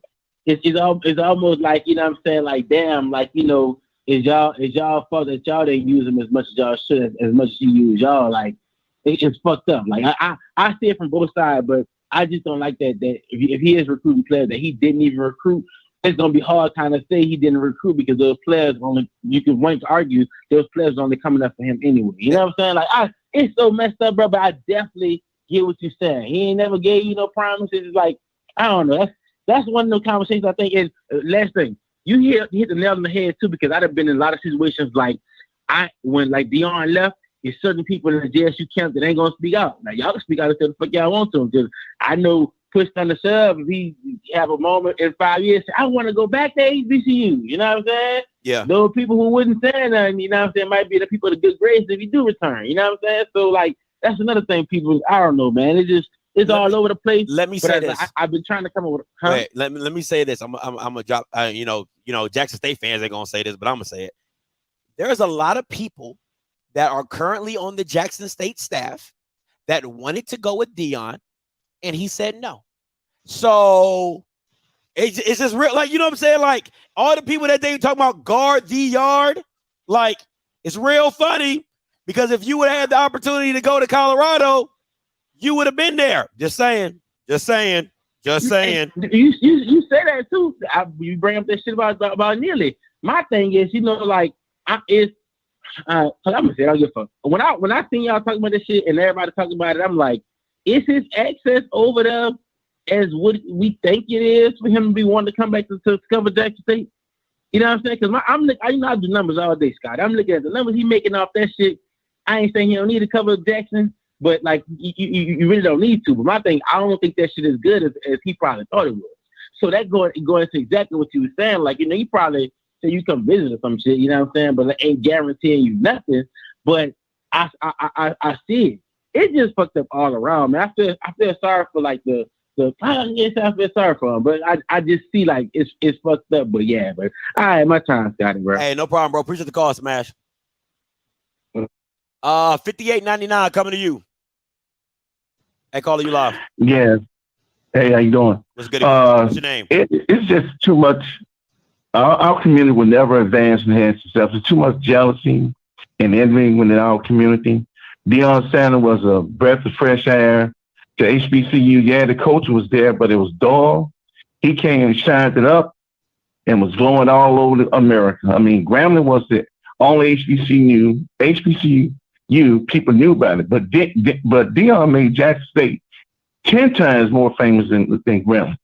Case in point, I was on the plane going to Seattle, get off at the airport, JSU gear on, Asians, JSU, we watch Deion, we know about y'all. One guy told me, I'm going to make the Mississippi game. It's a large Ethiopian population out there. Even some Ethiopians, JSU. I mean, man, come on. And it's just one thing about white people versus us. They don't care about pennies. They care about one thing, that dollar.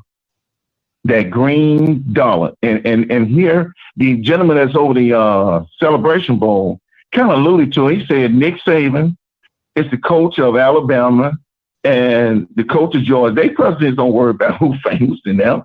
They worry about they bring that revenue into the university. And too many times I saw Dr. Hudson on the football field at a game. I'm like, what president is on the football field like this? This man was jealous of Deion. He wanted to prop himself up to probably get a better job, federal government, corporate America. You know, he was envy of Deion. Deion was just asking where the money was. He needed to be paid that $300,000. And in our community, our people are petty. They're poorly educated. And just don't start common sense. Thank you, brother. Listen, man. Okay. We can't make sweeping. Listen, there are some things that I agree with him about. There's something I hate the sweeping statements, right? We're uneducated. That's not true. That's not true. That's not true. We are not an uneducated people, right? If we were uneducated people, we wouldn't be able to do the things that we have done historically through life. Through life, right? This country wouldn't be what it was if we were historically uneducated, because we've built this country. So miss me with that, okay? Even oppressed, not recognized as human, separation, slavery, you name it. We've always been the leading factor of why this country has continuously moved and progressed forward. So that doesn't make sense to make a sweeping statement as if we're uneducated. Okay?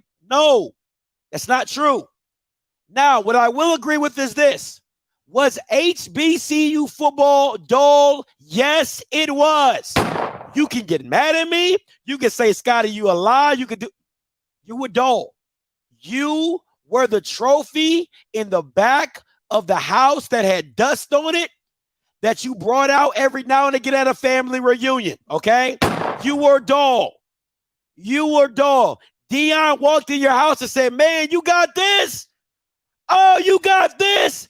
Man, I ain't seen this since 1995, man. I ain't know you had this.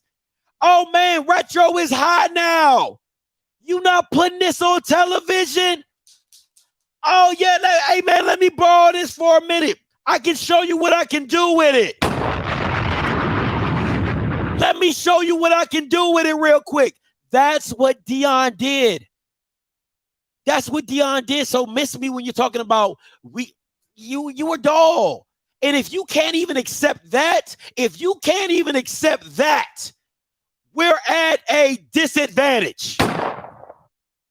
If you can't even say, you know what, Scotty, we weren't as hot as we thought we were. We weren't as big as what we thought we were. I keep making the example of this, right?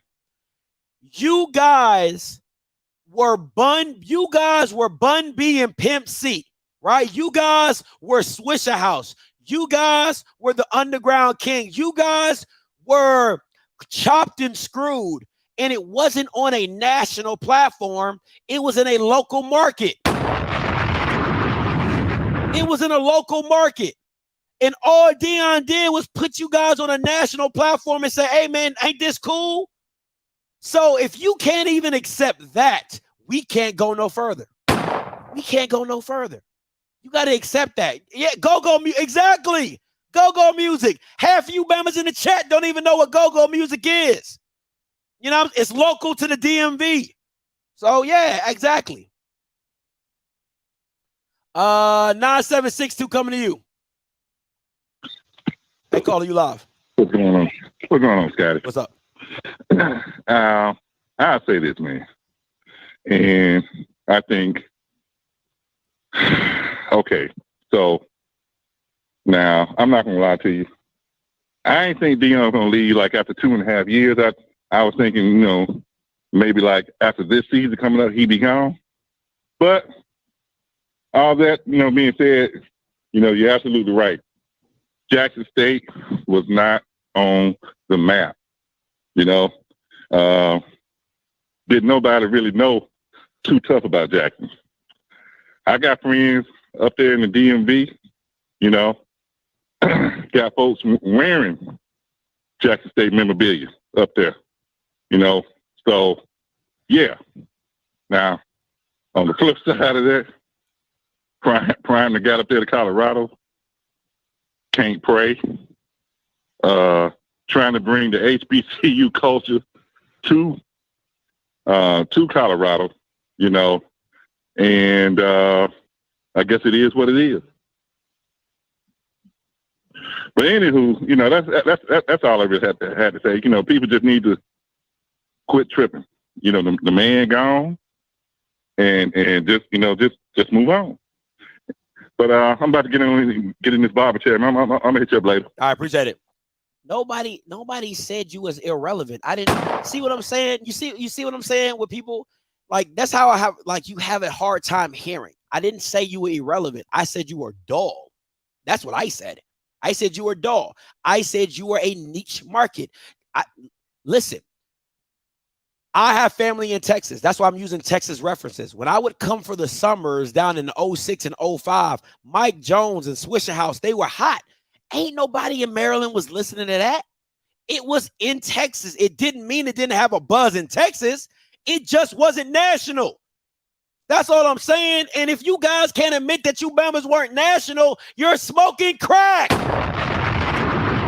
You're smoking some good-ass crack. And I don't give a damn about a band. I don't give shit about a band. We're talking about Jackson State football. Jackson State football and HBCU football was not popping. It wasn't. You can say whatever you want to say. It wasn't. It was not national. It was not. It was popping in its market, but it wasn't national. Okay, so let's not play this game. If you can't accept that, move your happy ass on. 2713, you live. Hey, man. It was popping in its market, but it wasn't national. Okay, so let's. Hello? Yeah, you live. What's your name? Where you calling from? This is James from down in Gulfport, Mississippi. Talk to me. How you doing, Scotty? I'm doing fine, sir. Well, I knew this day was going to be coming. My brother-in-law, you know, me and him were talking about this about a month ago. My brother-in-law, he's a retired sergeant major out of the Army and stuff. But one thing he brought up, he said, we as black men, we too jealous of each other. And a lot of things, he said there was a lot of things going on with Deion Sanders, with the jealousy stuff going on. We got to cut that junk out, being jealous of each other. And I heard one guy on there talking about, well, he didn't, the guys leaving. Well, I knew he was talking about, was one guy, I know. But those recruits, they're young men. they try to make it to the next level. Now, if they want to go up there and they think it's best for them to be there with Deion and make it to the next level, that's where they want to go. That's their decision. And if they want to leave and go up there to Colorado, let them go. That's their decision. They got to make those decisions because they got their whole life ahead of them. They got to make a decision based on what they want out of their life. And us sitting there hollering back and saying, well, this and that about Jackson State or the president, this and that, that ain't fixing nothing. It's over with. It's done. He gone. You know, he said a lot of things, that was a problem. And that was no problem. There's been a problem a long time in the HBCUs, you know. And the same thing with Ed Reed. Ed Reed came in and saw what was wrong. Mm-hmm. And next thing, when he tried to say, well, we need to write this. Well, but, you know, I don't know. We got our people, for some reason, we get stuck in this one thing. We don't want to progress. We just want to stay in that one spot, in a little comfort zone. You can't be in the comfort zone. I agree. And I know, Scott, and, you know, I don't understand because you talk about the military, how the military, I agree with you because I was in the military too. And the thing about it, what it is, I just live by this little motto here, and I started a little business. And I live by this motto here. See, business is business, and BS is BS. And I don't need the BS. Give them the business. Okay? That's fair. And it's all about money. It's a business. And it's a business with the young men. And that's what he teaches them, the business. And they're going to have to do that. Because they're going to come time, they got to sign contracts. They got to be all about the business when they sign them contracts. Let me ask you this. When do you ever have an opportunity? When should people start putting others in front of themselves, right? Because let's be real. Like, and I hate to use these examples, but you gotta, you know, in the Black community, we've always, coming from the 60s going forward, there were people that Martin Luther King could have just been a preacher and lived his life without danger, without, right. You know what I'm saying? Malcolm X could have been a Muslim and just lived his life. You know, when do we as people start putting, you know, progression, we start putting others in front of ourselves? Because, and this is just me being, you know, playing devil's advocate, is that a lot of people could say, Deion, you didn't need the money, but you could have been a catalyst for something bigger.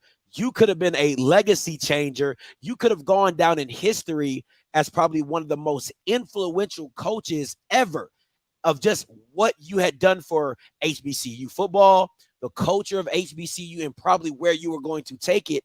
So when do we ever say, because if you keep telling people it's business, right? When they have an opportunity to do something for a greater cause, for more people, without the business aspect of it, should we always go to business, or should we look at things and look at it in the scope of, you know, what type of legacy would I leave behind? You know, I probably won't get paid for this like I should, but, you know, should I put my life, you know, on the line, or should I put my dreams and wants on the line for the greater good? And I throw that back to you. Oh, yeah, because that's the way my life been. It's always been the other person, not me. My thing is this, okay? And the thing, as I grew up, my mother made this comment about me. She said, you care more about other people than yourself. What it is, like people like Dr. Martin Luther King, Malcolm X, those guys, it was a love for their people.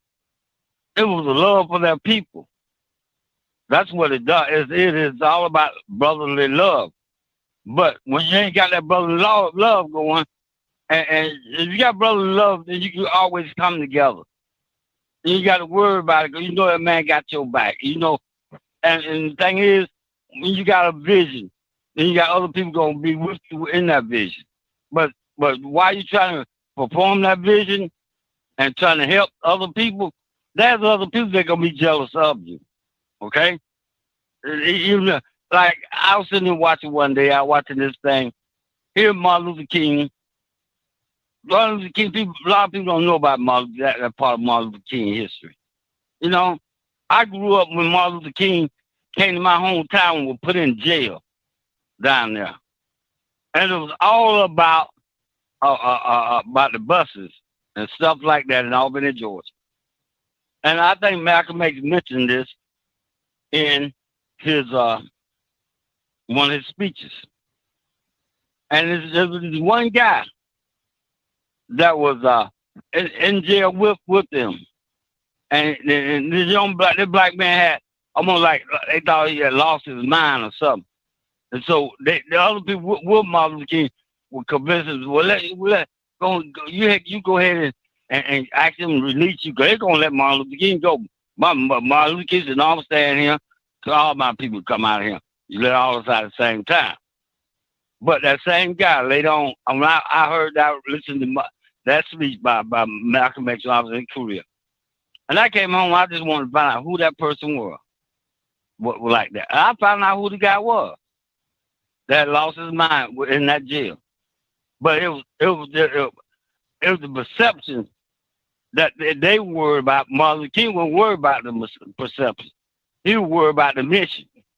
But he followed their advice and stuff like that. I appreciate it. I gotta let you go. You gotta land this plane. I got other callers to get to. Okay then. All right. No problem. I appreciate you. No problem. Thank you, sir. Appreciate the call. Listen, guys, a lot of you guys are in the chat, and this is what I want to say, right? I want to say this. And I promise you, 7537 and 7173, I'm coming to you guys. I promise you. Just give me a couple minutes to say this point. I want to hear from people in the chat, because at the end of the day, we all have our opinions about Deion. But my thing is this: if you are put in a position to choose business or the culture, what are you deciding to do? Because that's not an easy task, and a lot of you guys have never been put in that position to even have to make that decision, to where you will put your wants and your admirations and your desires on the back burner for a bigger cause than yourself. And I'm seeing people say business, and so you can't even be mad. The people that are saying business can't even be mad at Deion's decision, right? Because you wouldn't even have saw the bigger picture. You didn't want the legacy of what you could have built at an HBCU and what your name could have been. I love the movie Troy, right? I talk about this movie all the time. And a kid runs up, or he asks him, he has to fight this guy, Achilles has to fight this guy. And he says, are you going to go fight him or whatever? And he says, I wouldn't fight him. He said, that's why nobody will remember your name. Like, the reason Martin Luther King and Malcolm X are so synonymous with Black culture is, one, what they sacrificed. They gave the ultimate sacrifice for the greater good. And they put their lives and their families' lives on, they were all in the same boat of sacrificing, because now you have kids without a father. Now you have wives without a husband. And they did that to change life as it was for all of us, right? But we nowadays won't even sacrifice ourselves for a group of 10, for a group of 15, for a group of 20. And then we have the nerve to say what Deion should or shouldn't have done, right? When we as individuals won't even go out and do it for our day-to-day life, or just, sacrificing for somebody that you love, you know what I'm saying? Or, maybe being able to give here, or, sacrifice your time and your patience, or whatever that could be. So it's just funny to me how, a lot of people are talking about what Deion should or shouldn't done. Because I believe, and it's just me, that Deion should have done it for the culture. And the reason I say that, and you guys can call me a hypocrite, is because I feel as Deion didn't need the money. And I thought that the way the culture was surrounding Deion is that he would have made his money in the back end anyway, right? He would have made his money on the back end of, all the speaking engagements and talking and all. It wouldn't have mattered what Jackson was always going to show love to Deion if if that was the move he decided to make and spend 5 or 6 years at Jackson while he built up all of HBCU. I'll say this. When you start looking at situations when it comes to HBCU and the culture, right? How much would you be willing to give to put HBCUs on the platform? Because a lot of you guys say what HBCU football was or what you think it is. And the reason I think that you say that is because you don't want to really put in the work to put it where it really should be. Like we all, without the end of the day, right? Without the end of the day or whatever, we all know HBCU football is not to the expansion or level of a Power 5 or even a Group of 5. Let's be real. You can disagree with me all you want, but the facts is that it's not there. Right? It's not there. My question is what would you be willing to give up? What would you be willing to sacrifice if you could make the change? If you were able to put HBCU football in the national spotlight, in the realms of Power 5, in the realms of a Group of 5, what would you be willing to sacrifice? Would you be willing to sacrifice a six-figure job and maybe only make $60,000? Would you be willing to sacrifice time with your family and friends? Would you be willing to take the scrutiny and the backlash of every decision you made? So it's just, at the end of the day, it's just funny to me how even me, I can get up here and stand up and say a lot of things, but at the end of the day, what are we all willing to do, or what would you be willing to do if you were able to push a brand or a network? That's just my question. This is my question. I see you, Rocky, but let me get to these callers. 7537. Hey, caller, you live. Battle. And I'm calling you Battle for a reason. Battle. What, just start with first, then I'm going to get to your question. Why did this man never start coaching for his kids? Mm-hmm. All right. Hey, turn your background down just a little bit because it's bleeding through. I'm sorry. He started this for the kids. All right. He went to Jackson with a good heart. But when you have that lieutenant that come to your platoon that don't know what they're doing, but they think they do, there could be that one wrench that mess up the whole show. You notice he ain't saying nothing about the AD. The man was out there cutting grass. He almost lost his leg from blood clots. His heart was there until he had a mountain that he could not move. Remember, he even went and got Jackson a TV deal. So not the practice field, so they didn't have to go to the high school no more. He built a building so much that Florida mimicked the whole layout and put it on their campus. You want him to be a football coach, find donors, do this, do that, but he's the football coach. The people that was there stopping him from doing it, we're not bringing them up. Would he have possibly stayed? Yes. It wasn't all about money with him.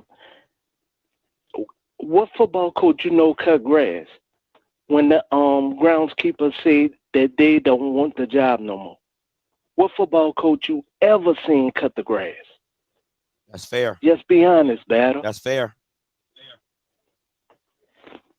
Until stuff got murky and then he has to reassess. Honestly, if you listen to him, even with going through that surgery, soon as one of his players said he need him, he got up out that bed. Regardless on if it's his son, but it was one of his players that said, man, I need you. He got up out the bed, got there in cold weather. His heart was there.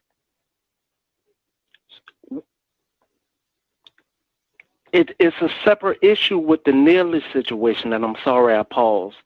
It's a separate situation with the Neely situation because that is a bandwagoner. Once he's seen bigger money, separate situation though. But on Prime, I gotta call a spade a spade. His heart was there until it wasn't. Are we to blame for it? Partly. Because we didn't hold the people that need to be accountable. You went to I'm sorry, the university that you went to. What's the name of it again? I know it starts with a C. Bethune-Cookman. You went to Bethune? Oh, Claflin. You talking about where I went to school at? Oh, Claflin. Yes. Claflin. Okay, you went to Claflin. Notice, a lot of people there must be holding themselves accountable doing their job because why? You always brag on them.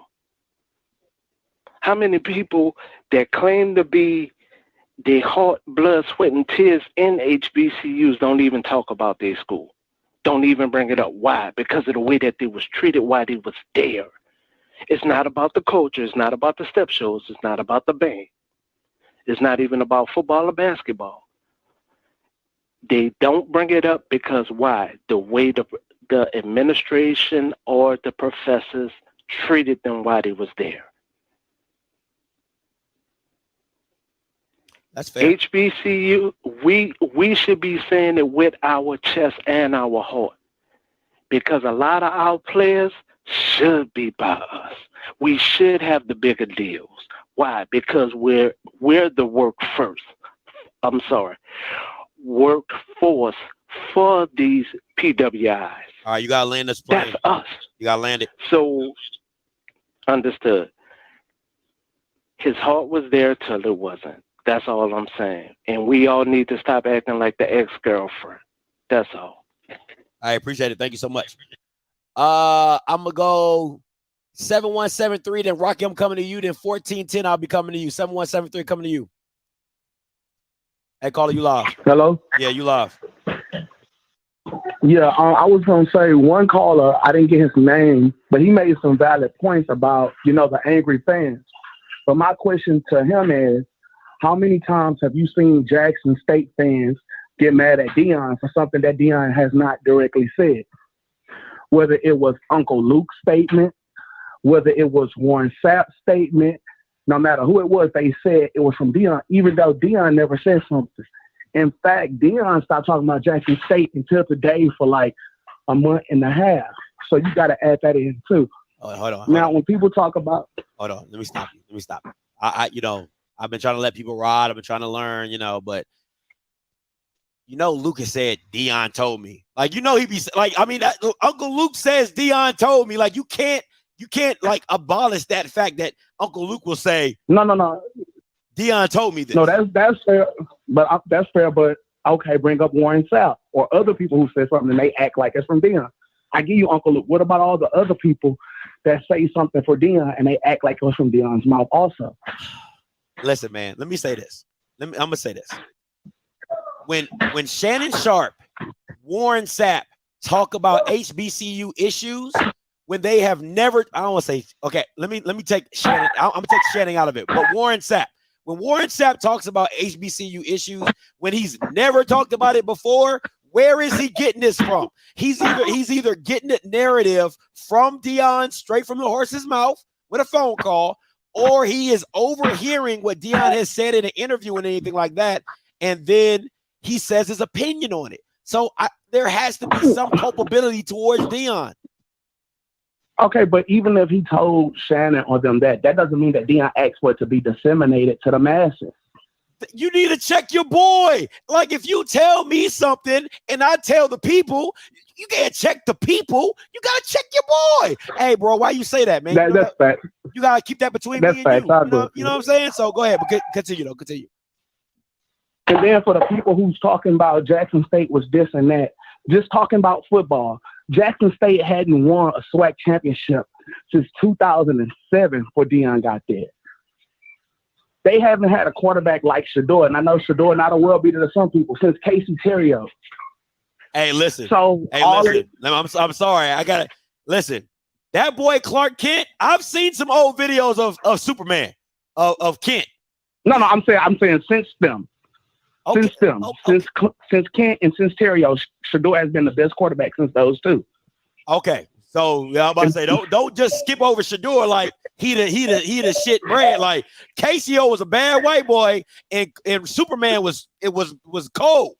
All right, but go ahead. Continue. No, I'm saying since those. Go ahead. Yeah, since those two, you haven't had a quarterback like Shador. So he did kind of, if he did nothing else, he reinvigorated Jackson State just from a football on the field standpoint. And yeah, he didn't bring it home in the Celebration Bowl, but he did get you the 2 back-to-back SWAC championships that y'all hadn't won in years. Now, Deion don't do everything perfect. And I called in on this show and I said a lot of times when Deion talks, he say a lot of bullshit in the mix of him telling the truth. So he give a lot of half-truths. Like you said earlier, like he'll say something, but there's no way to hold him accountable because he's not speaking in completion, if that makes sense. No, you're right. He's not speaking in completion. I agree. But it is like a bad breakup. They should really do a 30 for 30 on this because he did a lot for Jackson State, and Jackson State did a lot for him. But at the end of the day, it's like they just hate each other now, which I don't feel like that's how it should go. Not as good of a relationship as it was for both of them. Deion got his opportunity at Colorado because of Jackson. And Jackson want to talk about the players that TC getting, but who are most of the players who's being recruited to Jackson State? Who is in the picture?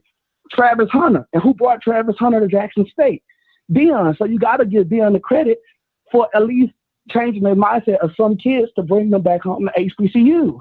I don't think anybody has a problem with that, but I'm gonna need you to I need you to land this plane. But what's your overall point, though? What are you trying to say? My overall point is this: it's been mistakes on both sides. Deion has acted like a fool at times, and Jackson State, yeah, they have slung a lot of mud too. And I just feel like it's got to be a better way than what they're acting like, because it's looking like a bad divorce. That's all. Okay, that's fair. Appreciate the call, man. Hey, listen, I'm gonna take some more callers. It's 4:00. I know you guys are counting down the hour to getting off work. I hope I kept your workday entertaining. Listen, this is the Offscript Building Fund. Okay, we here at Offscript are trying to do something new. All right, trying to get a mobile modem. Right. Listen, if you or anybody you know that is able to donate toward this unit, listen, this is the Offscript Building Fund. I'm trying to save up. The unit is $22,000. I'm trying to use it for my tailgate tours, and when I go mobile, I don't have to, try to find internet. I got my own thing, my own situation, my own setup. Listen, you can, if you want to text me, if you like, hey, Scotty, I got some connections, you can text the top number 214-396-0268, 214-396-0268, or you can cash at me. You can cash at me the whole $22,000 if you have it. Let me say $ Offscript TV, or you can Zelle me at Scotty@itsoffscript.com. All right, I'm going to the community. You guys help me and Key get down to Daytona. Raised over $1,500 going down to Bethune-Cookman. I wanted to give this opportunity for you guys to help me crowdfund. This is my building fund. Hope you guys can help with that. All right. Also, got some shows coming up Wednesday. HBCU League Pass Plus Commissioner GCAC will be here. Thursday roundtable with me and my boy Blue. All right, trying to do a SWAC championship basketball watch party. And Sunday, if there's any ladies in the chat, Sunday, girls need girls. All right, so my girls show on Sunday. Girls need girls. You guys can come in there, talk about tampons, love, boys, girls. I don't care. It's your prerogative. All right, cool. Let's get back to these call lines. 6233 Rock coming to you. What's up, my brother? What's good? It's good to be on with you, man. Hey, this what I want to say, Scotty, is this, man. Jackson State's got to decide whether they're going to be Anita Jordan or Savion Wade. They got to decide which one they're going to be. For those of y'all who don't know, one is Dwayne Wade's ex-wife, one is Anita Jordan's ex-wife, Anita Jordan. I don't think they're going to be Anita Jordan, though, for one reason, Scotty. Because they didn't get $250 million when they left. That's why.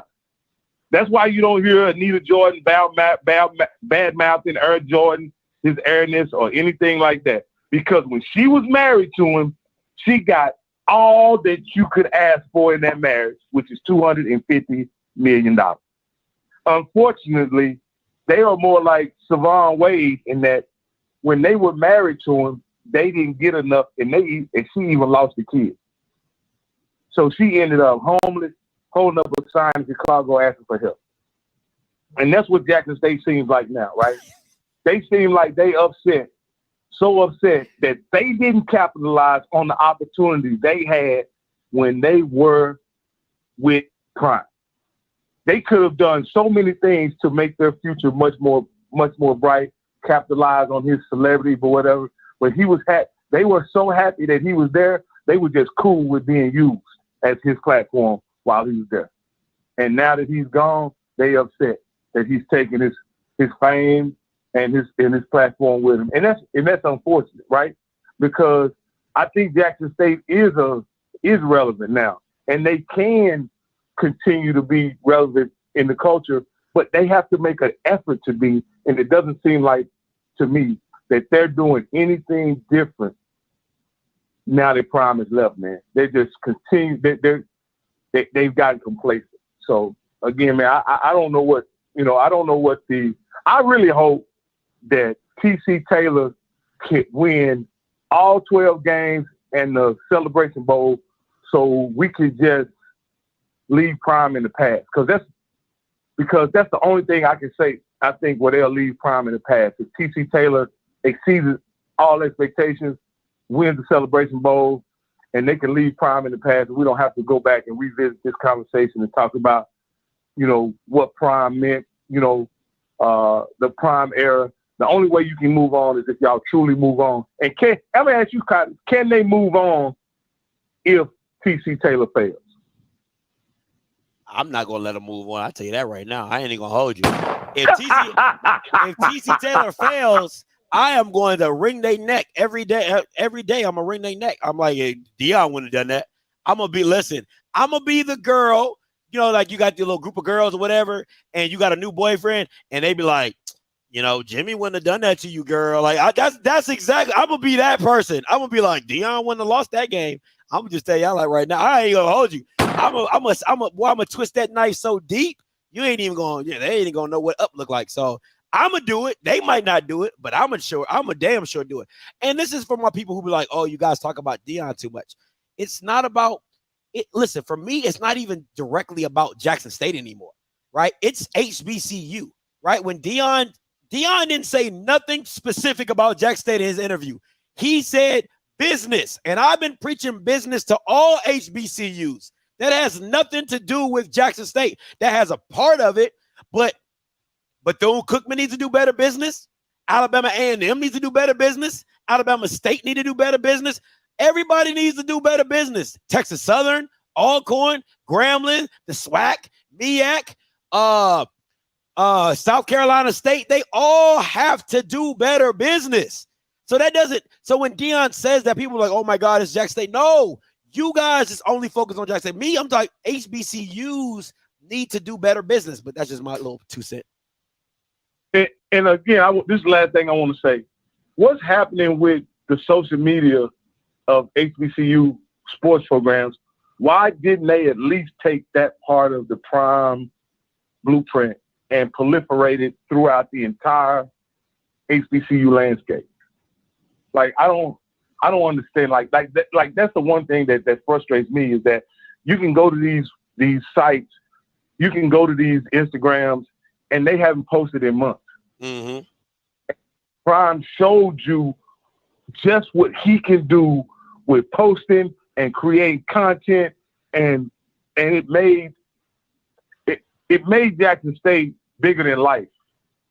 I'm not saying you can do that without Prime, but you certainly can build upon what your program is and raise the profile of your coaches and the program if you would just post and create content.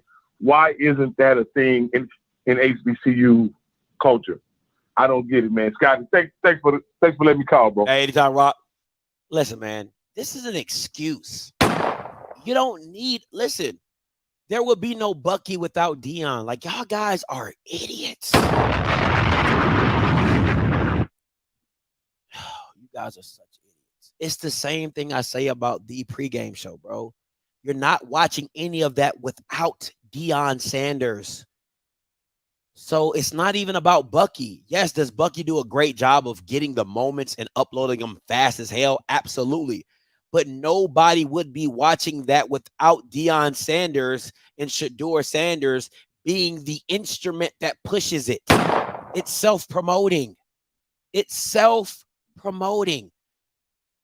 Okay, people think like the issue to me is like people think you're supposed to get a certain type of number. Well, if we're not getting 10,000 views like Bucky, if we're not getting 100,000 views like Bucky, it doesn't matter. That's not how social media works. Social media has always been for the people that want to see you, right? Going viral is not like everybody's going viral.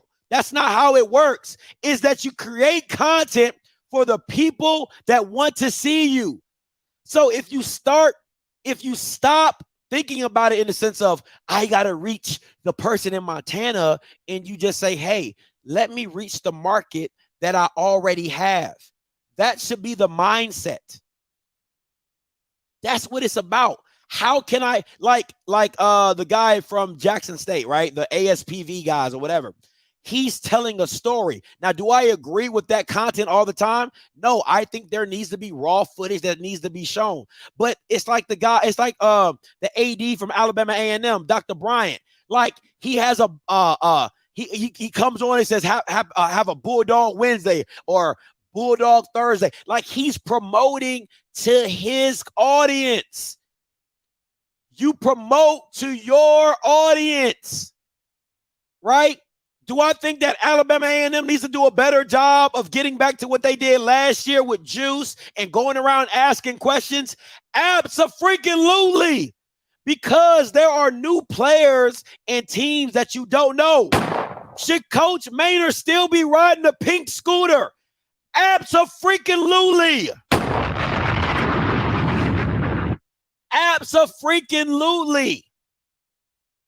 Should Grambling be doing behind-the-scenes stuff with Hugh Jackson and Miles Crawley and Chalk and all? Yes. Should FAMU should FAMU Life Without Xavier talking to the new receivers, getting to know these guys? Absolutely. There's content. If you think about it, if you want to do it, there's content. Right? Should Eddie Robb have talked about Deion leaving the SWAC? He should have Eddie Robb should have a shirt that says, I was right. Every time you see Eddie Robb, he should have a shirt that says, I was right. Do you know how good a promotion that would be?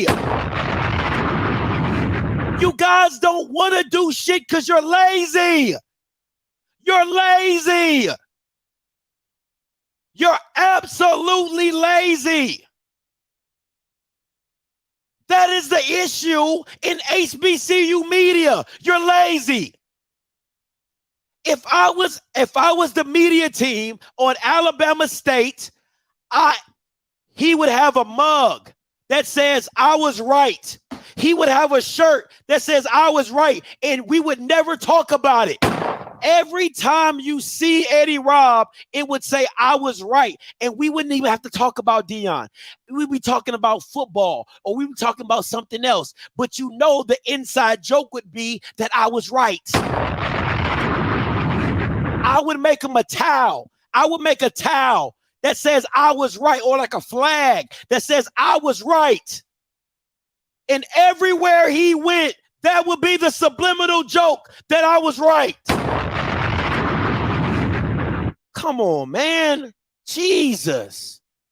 1410 coming to you. Hey, what's going on, Scotty? What's up? This Yeah, this is my first time calling in, and you hit it on the head, man. Them boys, them people in Jackson, they need to pay you because you done gave them so many ideas, and they ain't moving on nothing. I mean, I don't see no content. I don't see nothing coming from them. So I don't know what they doing down there. No. I got to listen. I got to disagree with you. ASVP does put out great stuff. He does. They do put out good stuff. It's just not as much as Bucky because his stuff was just so constant. Like they were flooding the market. ASVP doesn't do it, but they do some good stuff and some high quality stuff. So I can't. No. I can't let you say that. They do their stuff. Okay. Well, I hadn't seen that channel yet because I guess unless it's on something different because I'm still under JSU football and I think that pays, so it may be something else. I hadn't seen it, but yeah. But the real reason I want to call is I don't know where the people in Jackson been watching Deion's career because I'm a lifelong Deion fan, but Deion ain't stayed nowhere. I don't think no longer than 3 or 4 years tops, and he done been in Washington, Dallas, Atlanta, San Francisco, and Baltimore. And I don't know why Jackson thought that he was going to stay there forever, but his track record just shows that he ain't going to stay put for long. That's fair. And I hope Colorado know he ain't going to stay put for that long either. Win, lose, or draw, he going to be up out of there in a few years. So appreciate the call, though, my man. No, appreciate you. Thank you so much. I'm about to lock this. The conference has been locked. These are my last 2 callers. 9353, then Bobby coming to you. 9353, you live. Hey, what's up, Scotty? This is Charles from Houston. What's up, man? Talk to me.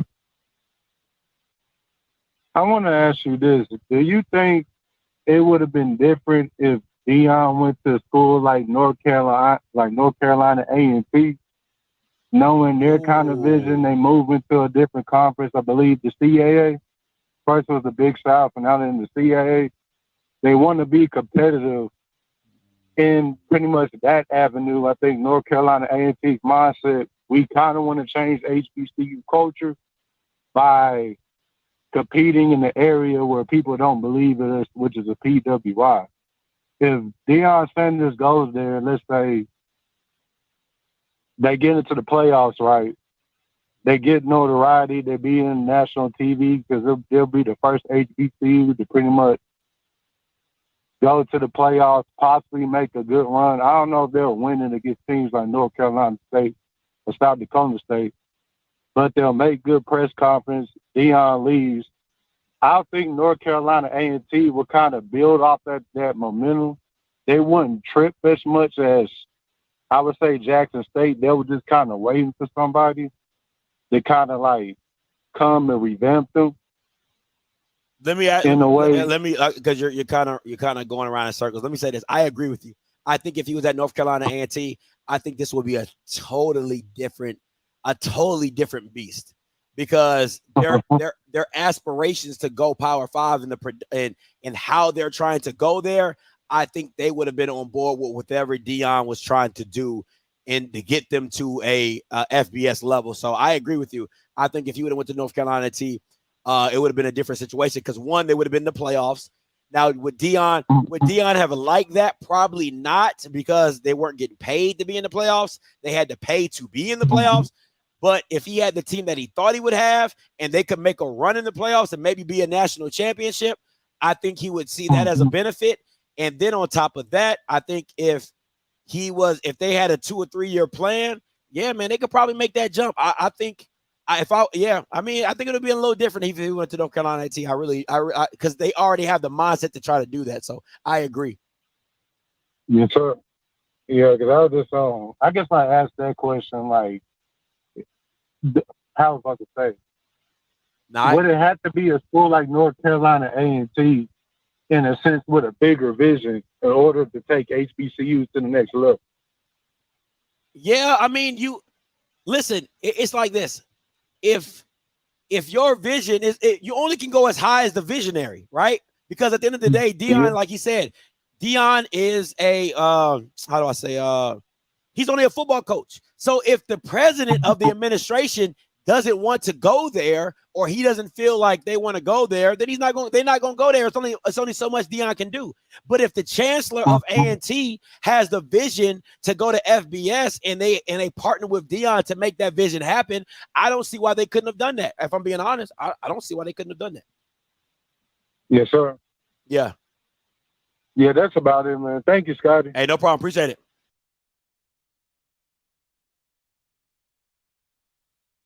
All participants are on hold. All participants are off hold. Hey, The conference has been unlocked. Hey, Mr. Bugs, you can call in if you're trying to call in. You good, Mr. Bugs? Go ahead and call in. 8582. My boy Scotty. What's up, man? Making it, bro. Hey, this is like, you ever had a dude date a chick that was like way outside of the league, and then when she broke up with him, he cried about it?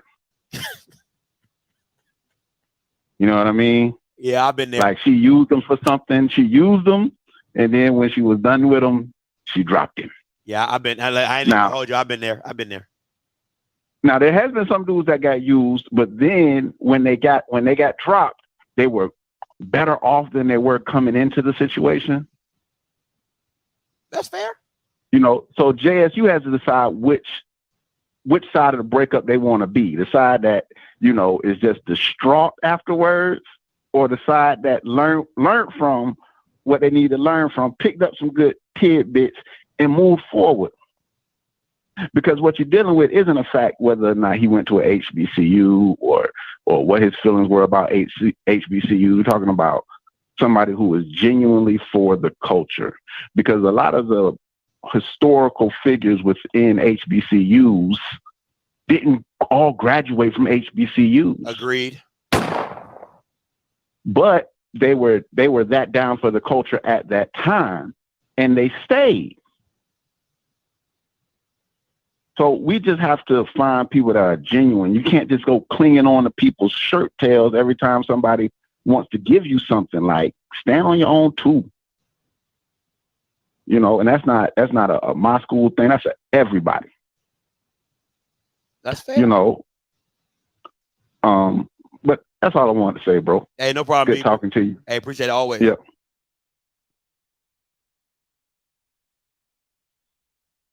Hey, what's up, Mr. Bugs? Scotty, how you doing, brother? You doing all right, man? I'm doing well. How about yourself? Doing good, man. Great show as always, man. Again, insightful, entertaining, and also educational. Quick question for you. I'll give an observation, and then, of course, let me know if my observation is correct.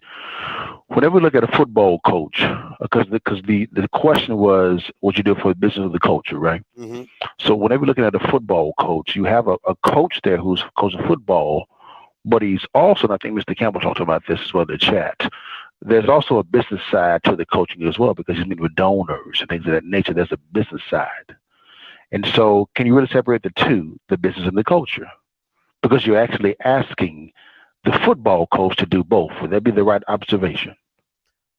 I would say for Deion, yeah. I don't think you would ask that for like a Terry Sims. You're not asking him to change the culture. You know what I'm saying? Because you don't feel he has the influence to do that.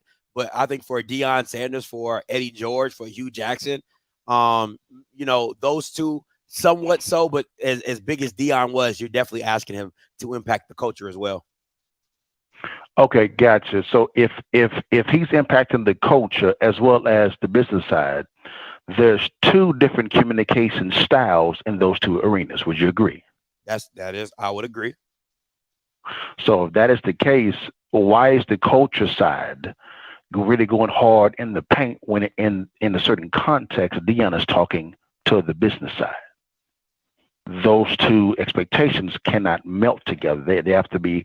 You have to understand what kind of context he's communicating. Would that be a wise statement? I agree. You know what I'm saying? Because you know it's to the fact of it reminds me of what LeBron would say: keep the main thing when he talks about basketball, and you know not having it and not having his off the field dealings influence his basketball, right? Because that's the main thing. So for Deion, I believe, speaking on my own opinion, that business is always the main thing, and he didn't feel like the culture blending into business should affect that. If I'm hitting the same thing you hitting.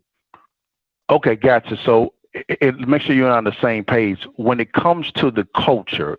In your opinion, from Deion's perspective, what would the culture look like in his context? Because he's an anomaly right now. He's not he's not like Terry Sims. He's Deion Sanders. Does that make sense? Yeah. Oh, that's a good damn. So what would the culture look like to him? Question. Because he's walking into a situation, all right? There's no practice field, right? So he brings in a business relationship there to fulfill that. Of course, he gives half of his salary for the bidding of the facility, no matter what context it was in when it comes to the stage of that. He also negotiates with Under Armour. It's American Airlines. He's bringing all this microtraining. He's bringing all these business contacts, which is benefiting the culture as well, right? I disagree. I think it's benefiting Jackson State. That's not benefiting the culture. Okay. I agree with that. Yeah. Good point. I agree with 100%. So in that context, so it looks like Deion is doing a business thing and also trying to figure out the culture thing as well also. Would that be sufficient to say? I can agree with that. I can agree with that because when you step into something that is know what football is, all right? Like, once again, the main thing being the main thing. He knows what football is, and he's been a winner at football. But if we're being honest, in the HBCU culture, he's oblivious to. So I agree. Yes. So he's oblivious because he didn't graduate from an HBCU school. He's come into a new environment, right? Absolutely. Gotcha. So how does, and again, I'm trying to come from his perspective, okay? How can someone who is realistically trying to infuse the proper business culture into the HBCU environment, let's just say Jackson State University environment, right? Then it bled into the HBCU environment. He's trying to bring a different business acumen that can benefit the HBCU structure as well, the SWAC, the MEAC, as well as the Black culture. How can then the culture really go hard in the paint, or really kind of condemn him and say, well, he's kind of talking in, I wouldn't say code, that's my term, code, when in some circles he's talking in a business type of communication, but the culture is saying, but you ain't talking in our communication. How can he begin to know which context to really flow in? Does that make sense? Because he's had a lot of problems. Okay, let me say this. You guys can give him that he graduated from Talladega. Yeah, whatever. It's an HBCU, but whatever. No. Okay, whatever. Yeah. Anyway, my thing is this: when it comes to him impacting the culture, this is the thing about Deion that you always have to be kind of leery of. It's how does it benefit Deion? I agree. Every time Deion makes a move, every time he did some at Jackson, all I could think about is, what did he get out of it? Because that just doesn't seem, it just does. I can never take it away from Deion that he just did something out the kindness of his heart. That just don't make sense. So hold on. No, now, Scotty, let me push back a little bit. So how did mowing the grass benefit Deion? I would say him seeing him mow the grass was showing the administration without saying it that, look, y'all can't handle business correctly. Right. So when Deion says something about business and things not being handled correctly, you know what the worshiper is going to say? Well, that's fair. Deion was seen on the field cutting his own grass. You know what I'm saying? So he's always going to put it in a position or proposition it to where he doesn't come off as the bad guy. You know what I'm saying? That's how I see. That's my personal opinion. And I respect that opinion. Okay, so how did him get out of the bed, fresh out of surgery, multiple surgeries, and being on the sideline, how did that benefit him? I just think that benefited him with winning. Like, he's a winner. Like he wanted to coach. That's what he loves to do. He wants to coach his sons, wanted to be out there with his team. You know what I'm saying? Like, my thing is, that makes sense. My thing is business wise. I'm not really like, being a coach is being a coach, right? Because every time he won, every time his team won, he won, right? Because his coaching profile is going up. You know what I'm saying? So it benefited him to win at every cost. It always benefited him to win for every coach. That's just not for Deion. Culturally, this is where I think the business of Deion and culturally should have came into play, is that I think I'm gonna put 60% on the commissioner. And I'm gonna stay on this, and I'm gonna put 40% on Deion. Well, I'm gonna put 70% on the commissioner, and 30% on Deion. That's fair. That's fair. That Deion and the commissioner should have came together and said, "Hey, listen, how can I go get a huge? How can we put these people against each other? How can I put Amazon and ESPN and Apple TV and all these? How can I pit them against each other to make them bid for SWAC rights?" That's where I think that, But Scott, but Scott, why does it have to be Deion bring this up? Where has this mentality been before Deion and afterwards? That's the issue. It hasn't, if we're being honest, it's just been copy and paste with multiple commissioners. It's literally been a copy and paste situation. I'm rocking with you, Scott. So my question is, bring the same. Okay, no, I'm rocking with the culture. Hold Deion accountable. No problem. Rocking with you. Where is the same energy when it comes to the thinking that's been there and that's there after him? Where is the smoke at? Oh, I bring it every time. You know me. I know you. I'm talking about the culture. Where is the culture talking about what's going on with this commissioner? What's going on with these presidents? What's going on with this thinking? What's going on with how they're doing businesses? What's going on with this? Where's the same energy at? It's like this, man. It's like this. This is how I see the culture as, and people can get mad at me. I see the culture as this, right? Deion walked in like your mom, like a black mom telling you to clean your room, right? When they not there, you watching television, you chilling, right? And then you hear your mom walks in and you start moving. Oh, shoot, let me get, you know what I'm saying? Oh, yeah, you been cleaning? Yeah, I've been cleaning. And then as soon as she walks out the door, you back sitting watching television. That's how I see the culture. That's just really, that's really how I see them, is that when Deion's in your space, you felt like you had the energy, get up. Oh, we shaking and moving. Oh, we doing this, we doing that. Oh, I got to do this. I got to do this. I got to do that. Then Deion leaves. Coaches ain't doing interviews no more. You know what I'm saying? People just sitting back on their laurels. Oh, we good. We going back to the old way. That's what it feels like, if I'm being honest. You know what I'm saying? So I'm rocking with you. I would say the culture, my fellow African Americans. I like the fact that we got energized when Deion got there, when he exited. I like the energy as well toward him as well. Let's keep that same energy. Now we've set a standard now. Let's hold all these Bamas accountable now. Every last one, from the media to the presidents to the trustees, hold they behinds accountable. Keep this same energy. What you just said, one thing I'm saying is we go back to old ways. Hell no. Let's keep the same energy. And real talk, SWAC, MEAC, I'm trying to figure out when y'all going to call Scotty and give him a job. Partner with him something. He's the voice of HBCUs. Be honest with you, his show is the best show out there. Stop playing this game. Call my man now. Hey, appreciate it, Bugs. Thank you so much. Scott, thanks for letting me come on, brother. No, anytime. All right, let me shut this down. We've been on these call lines for a good minute. Hey, listen. I want to thank everybody for calling in. I want to even thank Timona for proving my points of that she still watches the show even when she thinks she's a hater, because she been a fan. Most of y'all Bama's been a fan. You know what I'm saying? So make sure y'all go over to her Twitter, because I bet she probably tweeting about me right now. But once again, like I said, you've been a fan, man. For me, I mean, you're a regular on here. You know, I like the post and I share it. Okay, so cool. I mean, I know your Instagram. I know your Instagram's popping. Go ahead. You've been a fan, okay? You've been a fan. It's okay. Like it's no ifs, ands, ways, or buts about it. You know what I'm saying? Like, you've been a fan. It's cool. You know what I'm saying? So keep that same energy. And here at the Offscript Media Group, we gonna, all publicity is good publicity over here in these streets, right? So she will never get me to call her She Thee Love. That ain't your name. It's Timona, okay? Like Timon and Pumbaa.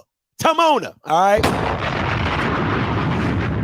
she did cuss at me. She said, "Oh, you mother." I'm like, dang, you ain't gotta come in like that. Now let me have said that to her. Then all the women would have been like, "Oh, Scotty, you a sexist. You hate women. You so disrespectful." And nobody holding that girl accountable. No, I ain't cuss at that girl. I ain't said nothing disrespectful to that girl. All I said was you was worshiping Deion. And like I've said to everybody else, you was Deion dick riding. And now I'm the bad guy. You know what I'm saying? So, and listen, tweet about me, post about me. All publicity is good publicity out here in these streets. But don't you ever forget, and I got more receipts where that came from. Don't you ever forget.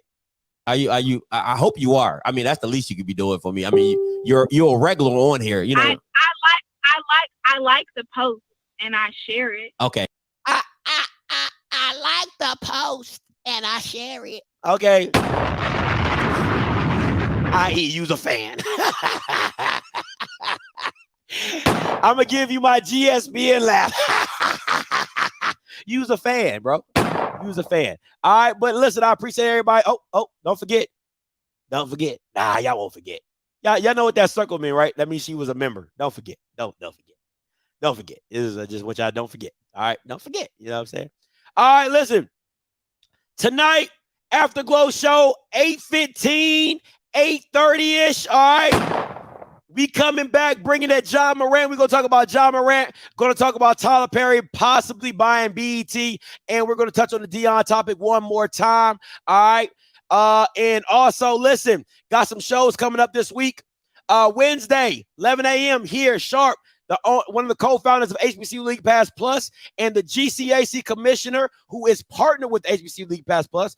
They will be on here to talk about their dealings. Listen, I know you probably heard some stuff with some other channels. We talking numbers over here. We talking numbers over here. We ain't talking about that he said, she said mess. We getting to the numbers.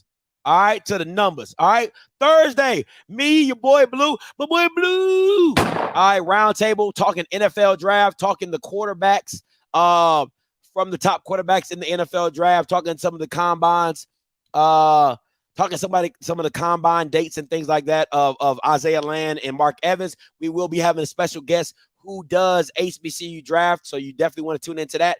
We'll be trying to do a swag basketball watch party. Be tuned in for that. And also, ladies, all right? Calling all ladies because I'm tired of y'all texting me on this number at the top talking about, Scotty, you don't do nothing for the ladies. You don't do nothing for the ladies. And then I do something for the ladies, and the ladies don't even show up. Okay? The ladies don't even show up. All right? Sunday, 7 o'clock. Girls need girls. That ain't boy need girl. That ain't boy meets world. It's girls need girls. All right? Sunday, 7 o'clock. Lock it in. It's coming on. They do a really good job. My girl, Key, Robin, talking some real stuff, relationship, tampons, high heels, makeup, all that crap. All right? All that crap. So it's I'm going to leave that up for a few seconds. I'm going to take it down. I'm going to just take it out. All right, so I don't get in trouble. All right? So make sure you tune in for that on Sunday, guys. Listen, I appreciate everybody that's called in. Appreciate y'all attention. Until next time, you know what I'm going to do. I'm going to holler. God bless.